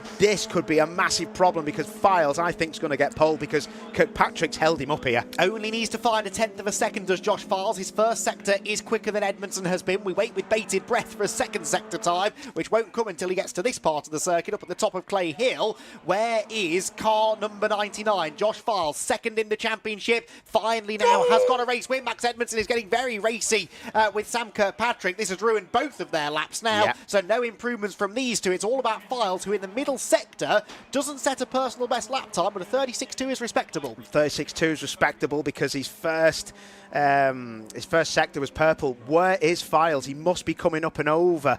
Now, is he there? No, he's been done by Kite. He's caught Alex Kite, who is 11th fastest because Dan McDonald has jumped into the top 10 now, but this has surely ruined Josh Files' lap. Let's get him across the line anyway. Can he improve? No, a 35.441. Actually, only a few hundredths slower than he had, but Dave Marshall is off. Dave Marshall is off down at the Hislop chicane. Now, if he's off at the Hislop chicane, he's pulled off. If he's gone off at Cascades, that means he's got a long way off the road and perhaps has got the car stuck. Something looked hot on the front of that car. It did look a bit hot, so I think he might have just stopped. And I think he'll be a bit hot under the collar as well, because he's only qualified 16th, Dave Marshall. That is not a Dave Marshall-esque performance. Had similar issues, though, didn't he, at Snetterton? And he was saying to me before the first race, he doesn't usually have any time to do any pre-event testing. So the first time he gets on track is for qualifying, and he was very much aiming for race 2 at Snetterton, so try and get into the top 10 reversed grid and then be at the front of the grid for race 2. That is now going to have to be his plan again here at Oulton Park. Right then, Paul diving down to have a chat with our pole sitter, who will be Max Edmondson, the championship leader, nets some more championship points with another very, very strong performance in qualifying, but a bit like the TCR UK qualifying session earlier on, it's a case of what could have been for some of his challenges, in particular Josh Files, who looked as though he was maybe going to improve enough to snatch that pole position away, but some late traffic scuppered his chances. So it's Edmondson on pole then, and Area Motorsport 1, 2, 3, 4, 5 and 6, because his teammates Josh Files, Sam Kirkpatrick, Liam McGill, Alistair Camp and Lewis Kent all follow him. Then comes the BSR brigade, Spencer Stevenson 7th, Harvey Caton 8th, Will Redford 9th and Dan McDonald 10th to complete the top 10 for Ben Sharp Racing. Then it was the best of the Pro Alloys runners, Alex Kite, who perhaps has just lost his spot on Josh Files' Christmas card list after rather getting in the way through the final sector. Jordan Brennan was 12th, with Owen Hillman 13th and Jack Cadell completing the top 14. And it was 15th for Daniel Petters. Dave Marshall a disappointing 16th, and perhaps with car troubles at the end of the session as well. Then it was JB Petters, Wes Swain and Aidan Hassan, with Scott Smith completing the top 20 ahead of Mark Hughes, Trevor McConnell and Gary Townsend, who makes his Civic Cup debut this weekend. Former TCR UK racer Gary Townsend struggling for pace a bit in the Pro Alloys number 223. So another breathless session, couple of red flag interruptions, but we got there in the end, and when we got there, it was mighty exciting and mighty close. You've got the top 5 cars covered by less than half a second, the top 4 by only 0.2 of a second, so extremely, extremely close at the front, and that is why track position is so important, especially at a circuit like Oulton Park, where overtaking can be at a premium. So significant to try and be at the front of the field, because everyone really at the front of the Civic Cup pack are capable of running about the same lap times, and that makes it very challenging to overtake people, basically, especially around a circuit such as this one. Worth referencing as well, Mark Hughes and Spencer Stevenson are the highest placed cars on the grid within their class as well. So Mark Hughes, the Goodyear Diamond Award pole position, if you like, notional pole position, and Spencer Stevenson, the Paul Winfield Trophy front runner after qualifying. Now, the Civic Cup race, first race, is coming up in theory at 11:50. Now, we are, of course, running a little bit behind time, about 20 minutes maybe behind time at the moment, so that perhaps is going to get pushed to about 12:15. So they've got an hour and a half, if I'm being generous, before that next race gets underway. And of course there are a couple of cars, certainly Harry England's car, that will need repair work to be done. Harry will start from the back of the grid now, having not set a lap time in the qualifying session. So we are, I believe, just about ready to head down to Paul O'Neill. Let's hear then from our pole sitter. It's the championship leader, Max Edmondson. Alrighty then. Well, that was pretty good, wasn't it? Miltech Sport Civic Cup. We loved that, Miltech Sport Civic Cup. We always like the Miltech Sport Civic Cup. Miltech Sport Civic Cup. Got the sponsorship. Right, Max Edmondson. Are they fake? You got the pole. He's on about me trainers. They are fake. Are they? Yeah. Of course they're fake. Pole? Yeah, surprisingly. Me surprisingly? No, not surprisingly. I was fast yesterday, but Ali was faster than me. A lot of people were fast. Well, not a lot, but Ali and Josh were faster than me. Ali Camp? Yeah. I was expecting to be there or thereabouts, but I wasn't expecting to be Paul. It was a bit of a carry on with 2 red flags, so it sort of got me out of the rhythm, but put a decent little lap together, so I'm happy enough. Got a bit of a slight moment. Slight moment, mate, at Old Hall.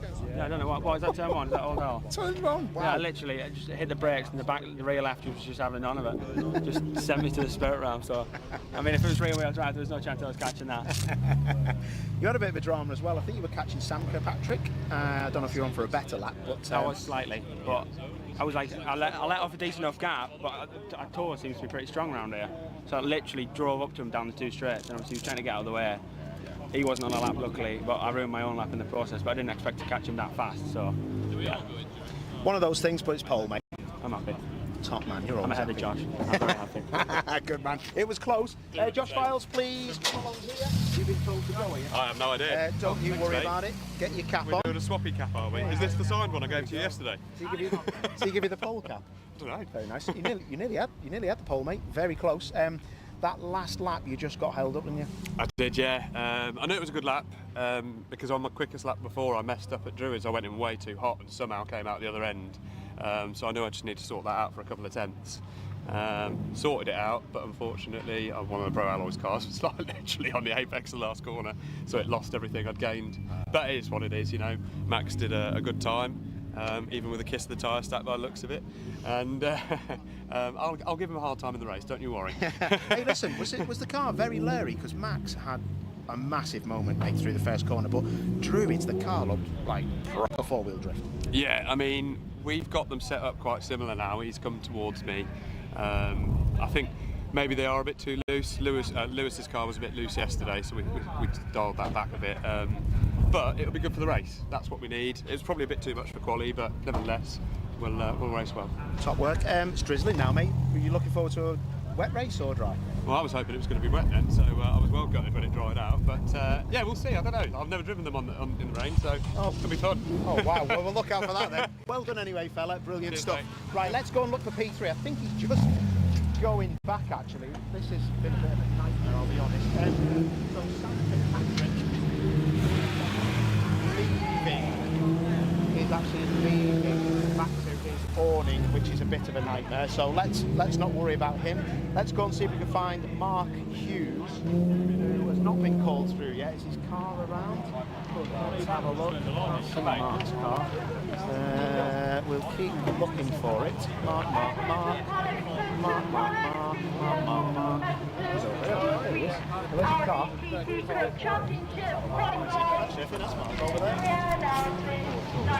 Right then, let's speak to Mark, because he's the Goodyear Diamond Trophy Award. All good with you, Captain? You've got to be happy with that pole for you. I'm happy. I didn't know that, but yeah, great.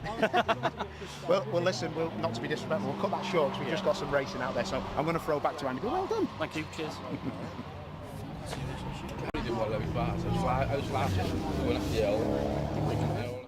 Thank you, Paul.